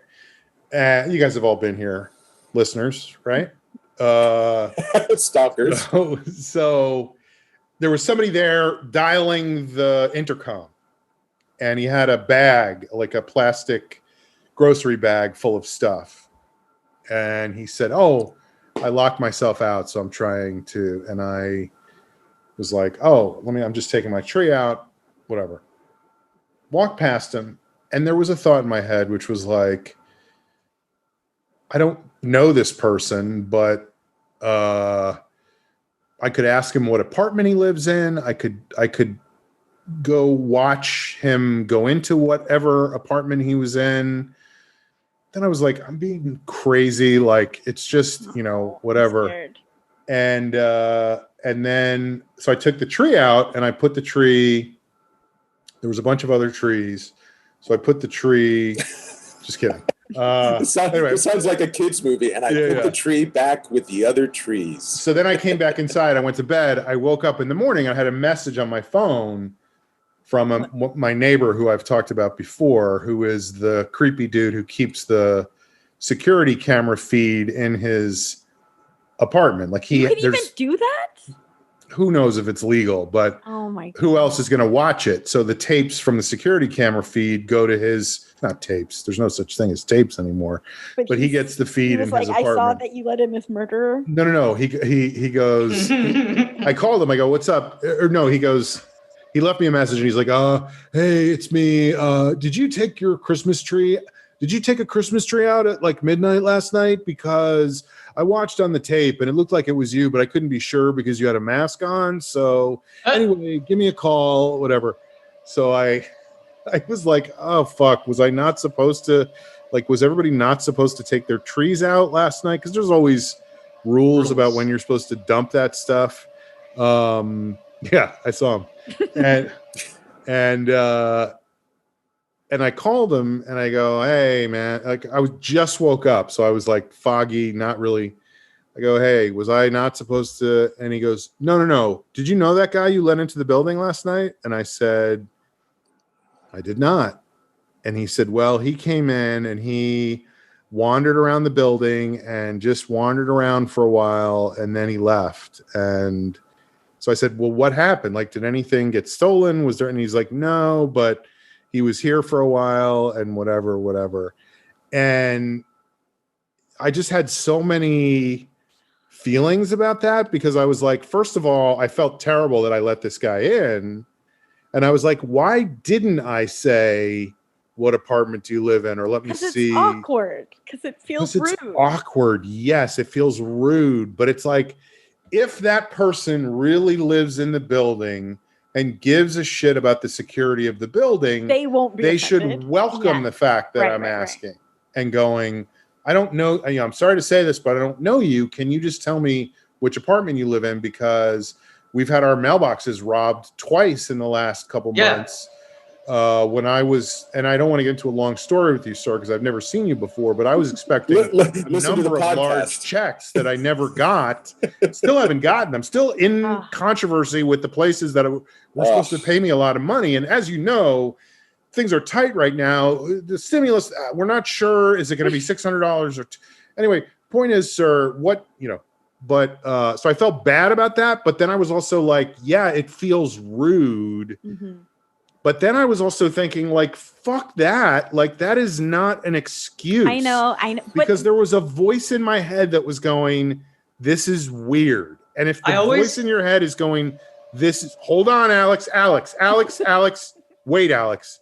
If the voice in your head is going, this is weird. Yeah, that's the force, man. You got to trust the force. Sorry, what were you going to say, Alex? Matt Besser said that someone came to his house one time and was trying to raise money for some sort of trip. And he said, do you live in the neighborhood? He's like, oh, my parents do, or something. And so he's like, he asked him what address. He's like, none of your business. And so Matt followed him out. And of course he wandered around. So it's just, sometimes I guess you have to do that. All your life experience relates back to things that happen on this podcast. You know? Yeah, I guess that's, well, when I lived in China and stuff, I listened to, podcasts all the time. I still listen to podcasts. Anyway, I guess that's my culture. But then also I was thinking, like, it's weird and fucked up that my neighbor there's a lot of and going, I watched you honestly, on the video last night. I saw you. And I'm like, what else is he watching? Like, is he sitting home to, like, take my garbage out and he's just, like, jacking off while, And for all how you do know, you take out your garbage? You were asking for it. I'm always naked when I take the garbage out. To be honest, he's the only one who saw the video. So for all you know, you let a guy in who may have dropped some food off. You don't really know. That's all you know. He might have just had trouble finding the apartment. That guy also doesn't like you, right? He also may have just said, he wandered around for a long time. He's just a weird guy. But he sounds like a guy who might say a long time when it was just, I'm in the wrong place. Well, I know to get to Sean's apartment, but if I was supposed to go to any other apartment in that, it's so confusing. Yeah, it's like a Mobius picture, Especially your garage. You have the parking. Anyway. All right, take it easy, Alex. Look, this was your home. All right. My home. And then I'm also thinking, like, okay, this guy who is on the board, who had a meeting the next night or 2 nights later, like, is he going into the board and going, you're not going to believe what Sean Conroy did, like he's, he's the weak link. He's the weak link in the apartment complex. Yeah, exactly. Also, Sean, do we really believe that he didn't recognize you because you had a mask on? I mean, come on. I know. I thought that too. I was like, does Sean have a doppelganger in the apartment complex? I look so nondescript. I'm taller than anyone you've ever met and wider than anyone you've ever met, but I'm completely average. No, I bet that was him being polite. And I was like, listen, well, because it's weird to be like, I saw you do this. It's like, hey, did you take? I have these photos. Listen, look in the envelope. You have to. Also, how does he know it was a Christmas tree? He doesn't know that. That was my Yule tree. If I celebrate, it could have just been a pine tree I had in my apartment. That you're not good at keeping alive. Yeah, and that was the night I was like, all right, I'm going to get rid of this. I give up on this tree. All right. So anyway, that's my checking in is like, I got to listen to, I was just thinking about that because you were talking about, your stairs upstairs and your neighbors and stuff. And like, what do I do? I'm not sure what to do. And in my head, I was thinking I need to, next time I have an action plan, like if somebody's there, I go, what apartment do you live in? Because the apartments in my building are numbered oddly. It goes 110 101 101 1001. Wow, it's almost intentionally confusing. Yeah. That was a real welcome joke. to my place. Oh no, this is not my place. It is A46's place. I am in the wrong apartment. I could tell by the Funhouse mirror not being here. And it dances away. Amber, were you going to say something? Yeah, to your point, Sean. Yeah, Amber, were you going to say something? When I worked at a bank, not to brag, I worked at a bank for a very long time. Not to brag. And when I was a teller, there were people who, when they went to cash a check and I asked for ID, would get like indignant and angry. And exactly what you were saying, Sean. Like, I would always say, don't you want us to take every precaution possible before cashing something against your account? Like, sorry, I don't recognize you. Like, I always thought it was such a strange thing to get mad about. Like, get mad that I'm not IDing you. Right.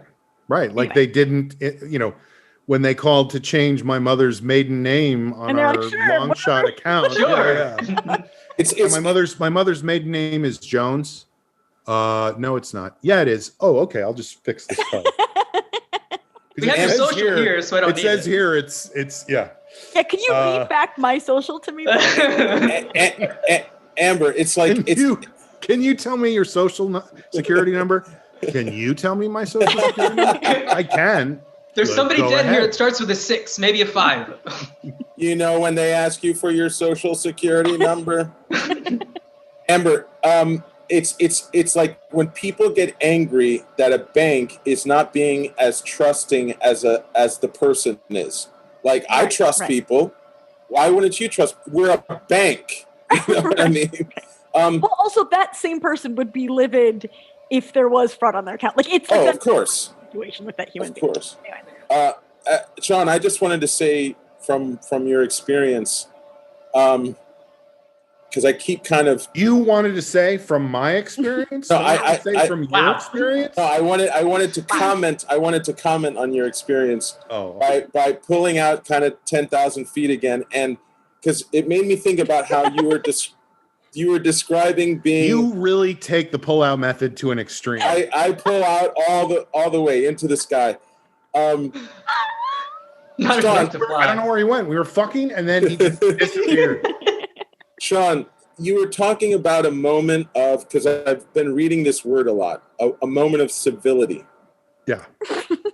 No, I mean that's it's a moment of polite. It's because what you guys were saying. If Sean had said something, he would have felt rude. Yeah.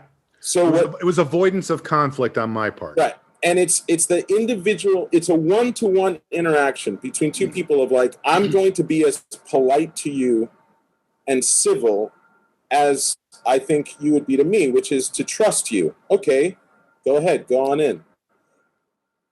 And the worst part, one-on-one, that's okay. That's all right. But when we're seeing it become calls for civility, when consequences should be happening. It's when that attitude is taken to this extreme of, we should just be nice about it now. So you were looking at my experience, and then you pulled out to 10,000 feet, and you saw what happened on Wednesday in the Capitol and the reaction to that. The reaction from the side that is calling for civility, is so wrong. It is the greatest distortion of just that moment that you felt of like, well, I don't want to be rude. It's the same thing you brought up a few weeks ago, Sean, where there are some people right now who are like, does impeaching the president create more division? There already is division, right? I mean, it's not. That's a straw man argument,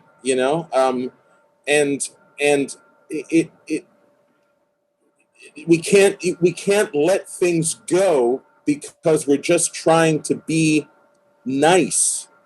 And I think wrong. people playing on. I mean, we're all pretty vulnerable now. We're pretty vulnerable, but people are playing on the idea that they know some of us try to see the best in people, and so they're playing on this idea that we can keep switching because we know ultimately they're going to want to make a deal with us, or they're going to want to be friends with us, or they need us. But it's just been very frustrating to deal with. You know what the worst straw man argument is I would be better if I only had a brain. Knew it was coming. That is called reference humor. I do not get it. I do not get movies before 1983.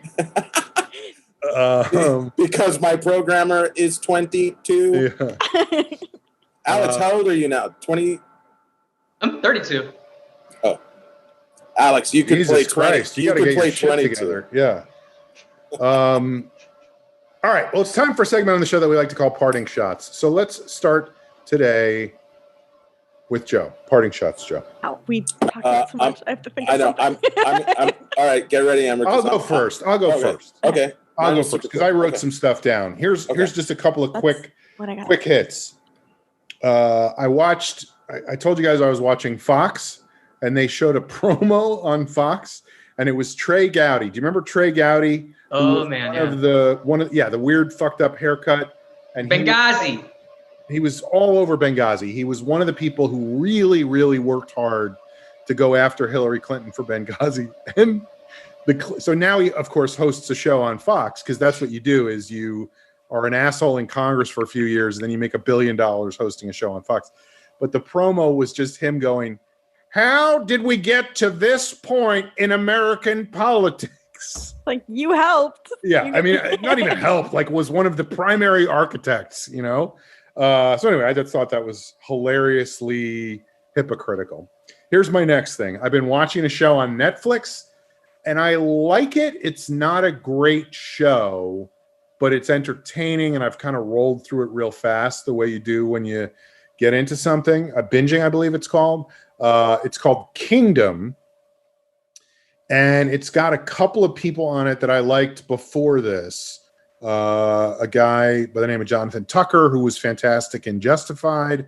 Another guy named Matt Lauria. I'm so sorry. I have to plug in my computer. It's going to die. I was like, oh, I'm going to be civil, but it will make it so that I'm not on the podcast anymore. But please keep talking. Oh, okay. I'll be right. Why is Anna taking her headphones off? What's going on? She doesn't want to hear about this thing I've been watching?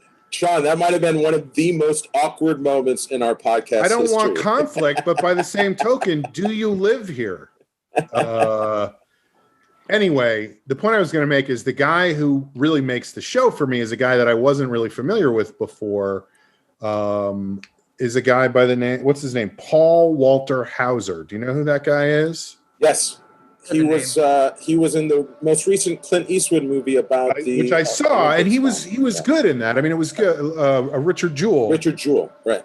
He plays Richard Jewell. Okay. But he is so spectacular in this show. It is worth watching the show just for his performance.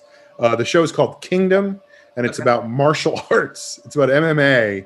And it's there's actually lots of fighting scenes in it, which, you know, you could either take those or leave those. I feel like I'm just guessing. I don't know that any of you guys are real into MMA stuff, but he's not obviously an MMA guy. He lives with one of the MMA guys, and it's just he's amazing. Like the person I would compare him to in this role is Philip Seymour Hoffman. Like it's level of, you know, if Philip Seymour Hoffman had ever done TV. He does have a very similar energy, and he also, like Philip Seymour Hoffman, has a range. He has an amazing range as an actor. See, that I don't know because I haven't really seen him in anything except Richard Jewell. Right. Aaron is pointing out that he was also in I, Tonya, and I was actually talking with somebody yesterday who was saying that's such a good gotta movie. Watch I, Tonya because he's good. Fucking great in that too. So I want to watch that next. Anyway, that's one thing. Here's another thing. I can't wait till all this shit is over so I don't have to watch the news anymore and watch Don Lemon and Chris Cuomo think of themselves as the Sklar brothers or something, like that. They're so funny in their banter back and forth, and it just makes me fucking insane. Like they're not funny. It's not time for them to be funny. They're fucking news anchors, and yet they're going, you know, my mother always calls me that, or like whatever they're fucking. When I see a real joke, when I see buy my book. When I see broadcasters laugh right now, it sends me through the roof. And Sean, I know the show that you're talking about. If you guys haven't seen it, there's what's the guy? Not Cuomo, the other guy. Don Lemon. Don Lemon. When Don Lemon's show finishes, he passes it over to Cuomo. It's the other way around, but yeah. Oh, sorry. When Cuomo show closes and Don Lemon starts, and so Sean, you must always wait until that moment. Yeah. Because that's when they do their 2-man act thing, and it's just it's like the Jon Stewart, the Colbert, Colbert, yeah. So that is the state of COVID in the country, and now it is time for the great D Lemon to take over. How are you, Don? Chris, I can't believe, and it makes me fucking insane. And they even, to your point, they even commented on it. Like they were doing really bad jokes and really boring shit. And then Chris Cuomo was like, well, I know a lot of people would say this is not appropriate, but you got to laugh because of the times we're living in. One laugh, one smile. One laugh. Well, okay, so what is this that you guys keep saying? I don't know what this is. You go back and listen to other episodes. Go move to China, listen to the podcast. Go back to China. Did you guys watch the Anderson Cooper? Did you guys watch the Anderson Cooper New Year's thing? No. Oh, wait, never mind. I saw some of it. By the way, I love this is the podcast that tells Alex to go back to China. Thank you. Did you bring the virus here? Oh, no. Oh, my. No. Alex. Well, here's another reason I want to stop watching. I want to be able to stop. And I know everybody's like, oh, you don't have to watch it. But like, I feel like I do have to watch it right now. There's a lot of shit going on that is. Anyway, Wolf Blitzer is another, like, he is so wired all the time and frantic. Just like, we're getting reports that there is a rainstorm heading for New York this afternoon. You are in the Situation Room. We'll be back in a moment with more meteorologists who have reports on what's going on. There seems to be several clouds heading. Like, take it down a notch. But sometimes he thinks he's in a dominant position, so he wants to get the last word, and that's when I think he shines. Because he'll be talking to a politician like Nancy Pelosi, like, what up.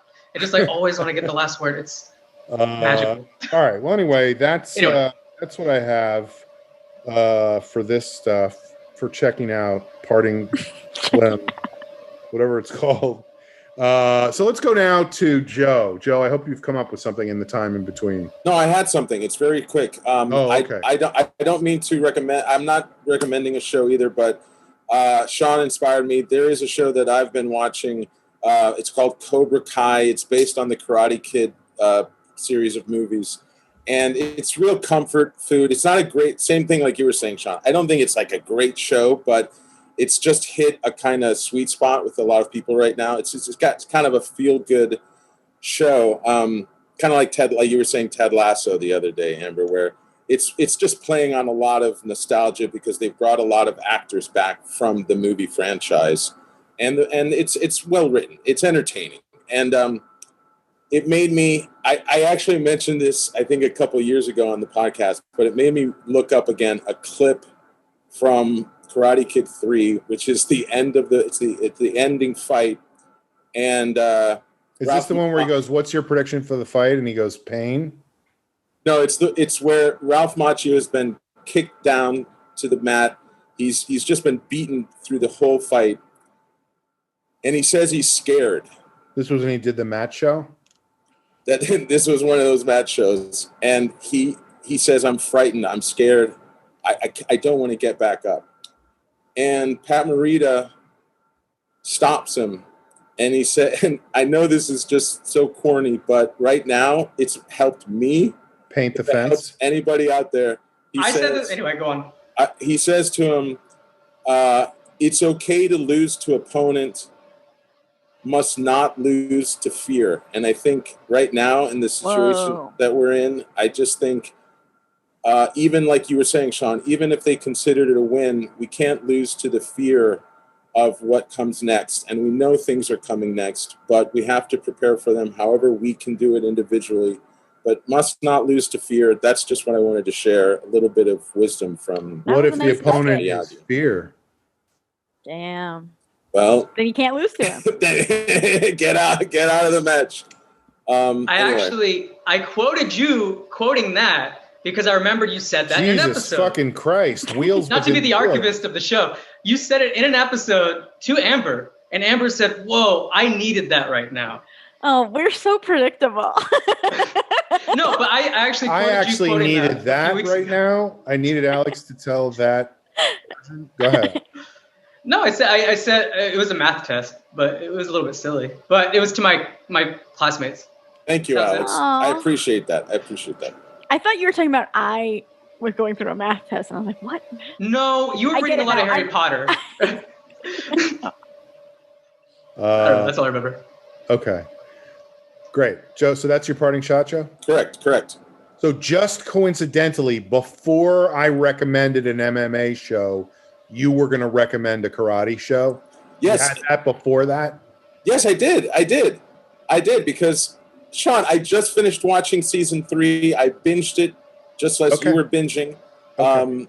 I swear. Do you want to say anything? Do you want to say anything about Trey Gowdy now? That you were going to say before I said the thing about Trey Gowdy? He has funny hair. The only memorable thing is the hair, right? My parting shot is I wanted to recommend this show about Tai Chi. Big Trouble in Little China is great. Okay. Fighting's in the air. How about that? By the way, I did just watch another martial arts show, which was really good, called Warrior, which was a Cinemax show that only lasted 2 seasons, based on a Bruce Lee TV pitch from the 70s. Also worth checking out. So, Amber, parting shots. Yeah, I've got 2 things. I'll keep them short and sweet. The first thing is to what you were talking about. I cannot believe you watch cable news at all. I cannot stand it. I didn't even watch it for the election. We put it on for about 10 seconds and I was like, turn it off. I hate it so much. They're just screaming and they're not saying anything. I was enwrapped with the elections, but I just had the AP website up and hit refresh all the time. But I got a 5 on my AP test, but go ahead. For the coup this week, I did put on CNN. For the coup this week. The coup this week. This week's coup. You gotta laugh. You gotta laugh. You gotta laugh. Right, my brother? Love you, my brother. Love you, my brother. D11 for life. But so I had CNN on and I was watching it and I was enwrapped, but you could tell. Again, I didn't last that long because you can tell the moment where they run out of new information to talk about and they start just straight up conjecture where they're like, well, I think that this is what should happen. And I think that those people don't like Olive Garden or like whatever bullshit. And I was like, oh, okay. Like at that moment, both Jeff and I went, oh, okay. And we turned it off because it's like, a very short distance between that moment and a moment that I like to call Rick Santorum. Oh, man. You know, I think what we're describing here is that they have so much fucking news to fill up. The news starts to sound like a goddamn podcast. And it's like, you're not a podcast, you're the news. Yeah. Right. You can't just guess at what that guy's motivation is in the video that you're watching. That isn't what news is for. You are in the Situation Room, and it's time for a segment that we like to call Parting Shots. Oh, but my actual parting shot is I think it's important to look out for rays of hope and true leadership, and leadership that comes from love and that comes with a point of view, with a point that is positive. Anyway, point is, on Wednesday when all that happened, I happened to get an email from Black Lives Matter. Over the summer, like a lot of people signed up for all of the mailing lists and donated to a lot of places. But I happened to get an email from Black Lives Matter, and they were having sort of a town hall meeting that night at 5 p.m. And I was like, you know what? Yeah, I think that's what I need to do. So the night of the coup, I joined this Black Lives Matter town hall, and I could not recommend it enough. The stereotypes that the other side say about Black Lives Matter is that they're, angry terrorists that They are just like destructive. to burn buildings. Isn't that the whole point of the movement? The entire call was about making sure that you're working from love, that you're coming from a good place, that you're taking care of everyone, that you're inclusive. There was a meditation to make sure that you are centered. They said it was a hard day, but it's also important to celebrate successes. And they spent a long time talking about Georgia. And I'm not doing it justice. I am not them, but they were so inspiring and so hopeful and so smart. They brought up a couple points that, like, they said, this isn't surprising at all. This is from the white supremacist playbook, and it has happened time and time again. And that the positive is the fact that white supremacists have one tactic, and it's violence and aggression.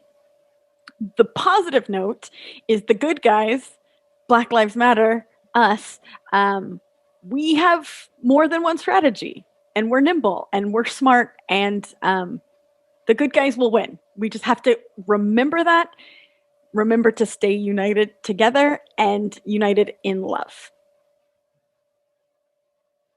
I don't know if this is one of their strategies, but I think one thing you can do is if you're standing next to somebody, you reach around and tap them on the other shoulder and then pretend it wasn't you. So it's not violent or aggressive, but it's definitely going to confuse them, But if you do it out of love, it's okay. Mm-hmm. And you just do that to every MAGA person. I don't see Amber, We got to go into Pelosi's office, right? Wait, what? Oh, I guess we're going that way. All right, let's get out of here. Amber, it sounded like you did exactly what you needed to do to solve your helplessness. Mm. When you go, I don't know what to do, is to find people who know what to do. Their job is to know what to do and what can be done. Right. That must have been incredible, like you're saying, just to be around. Well, and just to energy. witness it. I can't. No, just to take it in, just to be calmed by the fact that Right. you're listening to people And it was true who know what to do. leadership. It was Right. like, this Right. is what we need. Anyway. Right. All right, Alex, checking in. Go ahead. It's sort of going along with Amber's and seeing the positive kind of things in life, but really it's just taking bets in yourself. Like, there are things that you're really good at. They're undeniably good at. You have to bet on yourself. Yes, just to Amber. But you have to take bets on yourself, because right now everybody's kind of in their own space and they don't see what else is going on. They don't have the situational awareness of everybody. So you kind of have to bet on yourself to get through it. I think this is just over the past few months. What does that mean? I think he's trying to tell Sean to just write a real joke. Like, Sean, bet on yourself. You can write that joke. Go for it. For the longest time, I never thought I could do math. I went to film school, and so they told us, hey, you don't really need to do math. And so for the last year and a half or 2 years, I've been doing math. I never knew I was really that good at it, but it turns out I'm not too bad. So that was just something, if you can try, at least try it. At least take the bet that you're smart enough to try. The other thing You're not saying actually put money on yourself. Energy, whether that's taking the risk of signing up for a course or showing up to a BLM meeting that you know. And what's the spread? 0 or 1, Sean. You either do it or you don't. I mean, it is just, get results. Sean. You just got mathed, son. He mathed the shit out of you. Oh. All right. You guys don't even live in this building, so go ahead, Alex. But it is, I've been watching a lot of PBS and BBC, and because, that's the only way to watch it here. But they have a show that was a 3-part series, PBS and BBC, called Rise of the Nazis. And is there karate in it? Yeah, not interested unless there's some sort of martial art. But Alex. It was almost on the nose. The Geneva Convention requires me to warn you that my hands are classified as deadly weapons. Episode 3, it was like, if you watch that, but knowing what you know now, if you watch the episode, you're like, wow. It is basically the conservatives didn't get mad. The conservative elite didn't get mad until they started burning down Roman-looking buildings. Like, it was the elite that said, "Hey, you guys are out of control," like, and they can't control it now here. So it's the scary stuff that we don't know what this is going to lead to. Right. Or we do. That's what's scary. Oh, sure, and we do. But watching this type of stuff, counterpoint, we don't. Like, either we do, or you don't. But there are experts on there who tell the story. There are, experts who tell the story. We do and we don't. We don't know. We know some of it. Yeah. We would also too. We would or we won't. Wow. But it was just a guy who hired people who he would pit them against each other, and that's how he built his administration. And it is just like, crazy. Which guy? This history. Hitler. Oh. I mean, okay. but also we look into the future, Sean. But it is just like, wow. Blueprint. There are a lot of Nazis right now, Alex. You have to identify which Nazi you're talking You're about. gonna have to be more specific. Well, and also just to go along with what you're saying, I mean, I don't know enough of that history to know what I'm talking about. But somebody was pointing out. Makes you feel better about the Fort Sumter stuff that I couldn't. or the Fort Sumter. Why not the Fort? Some people called it Fort Sumter. My accent. There was a lot of controversy. That's Abner's Southern accent. Oh, Pointillism. Fort Sumter. Lincoln ran on the platform of renaming it Fort Sumter because Fort Sumter doesn't even mean anything. Sounded so silly. Yeah. And people were like, "What are you doing? You're trying to eliminate our heritage." Yeah. Trump would veto that. But apparently in 1923 there was a failed coup attempt by Hitler, and everybody said, he's done. He's a clown. He's done. And now we have a failed coup attempt by Trump. Now, Trump is not going to take over in 10 years because Trump is going to be a gibbering bag of saliva and shit by then. But he's got dumb. Right. He's got what's his name, Crawford. He raised $500 talking about Jamal Crawford, the guy for the Knicks. What?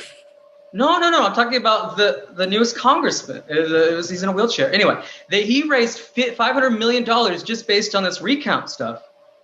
So he's got money now. Right. Out of office. So that's the scary part, is he has money to do stuff. I should not have sent that money to him. Sean, we all have some regrets. My aunt has we do or we don't have regrets. Maybe we don't. In a conversation this week, my aunt told me how she's been writing personal emails back to those fundraising emails she gets from Trump. And telling him, like, you are a bad man. I am not going to send you any money. I love her. My friend who I stayed with up in Idaho is on all the Trump lists, and every email he gets, he sends back one that just says "fuck you." And so it's really funny because he's like, and somehow I'm still one of his favorite donors. Like I'm still if I don't give another $5 and they're going to multiply it 100 times if I give. I'm not giving them any money. I sent them back, "fuck you." But well, I guess we'll see what happens next, right? I mean, that's all we can say at this point. Is who knows where this shit is going to go. The next 3 weeks are going to be really rough. If we keep talking for 6 more minutes, we can hit 2.5 hours. I think your clock is off by 2 minutes, but okay. Okay, 4 minutes. Here we go. No, thank Folks, you. This has been The Long Shot with special guest Alex Gonzalez. Alex, thank you for being here. Good luck with the robots. I hope you don't destroy the world. But if you do, I can't think of a nicer person to do it. Oh, that's great. 100%. Alex, if you move back to China, can I live with you? Sure. Why would you want to do that, though? It's so much better there. You're gonna go over there and live with the Chi-Coms? We can party in the streets of Wuhan? Folks, we will see you next time on The Long Shot. It is a podcast. Thank you, guys. Stay safe, everyone. Just remember the dialectic. Bye-bye. Goodbye.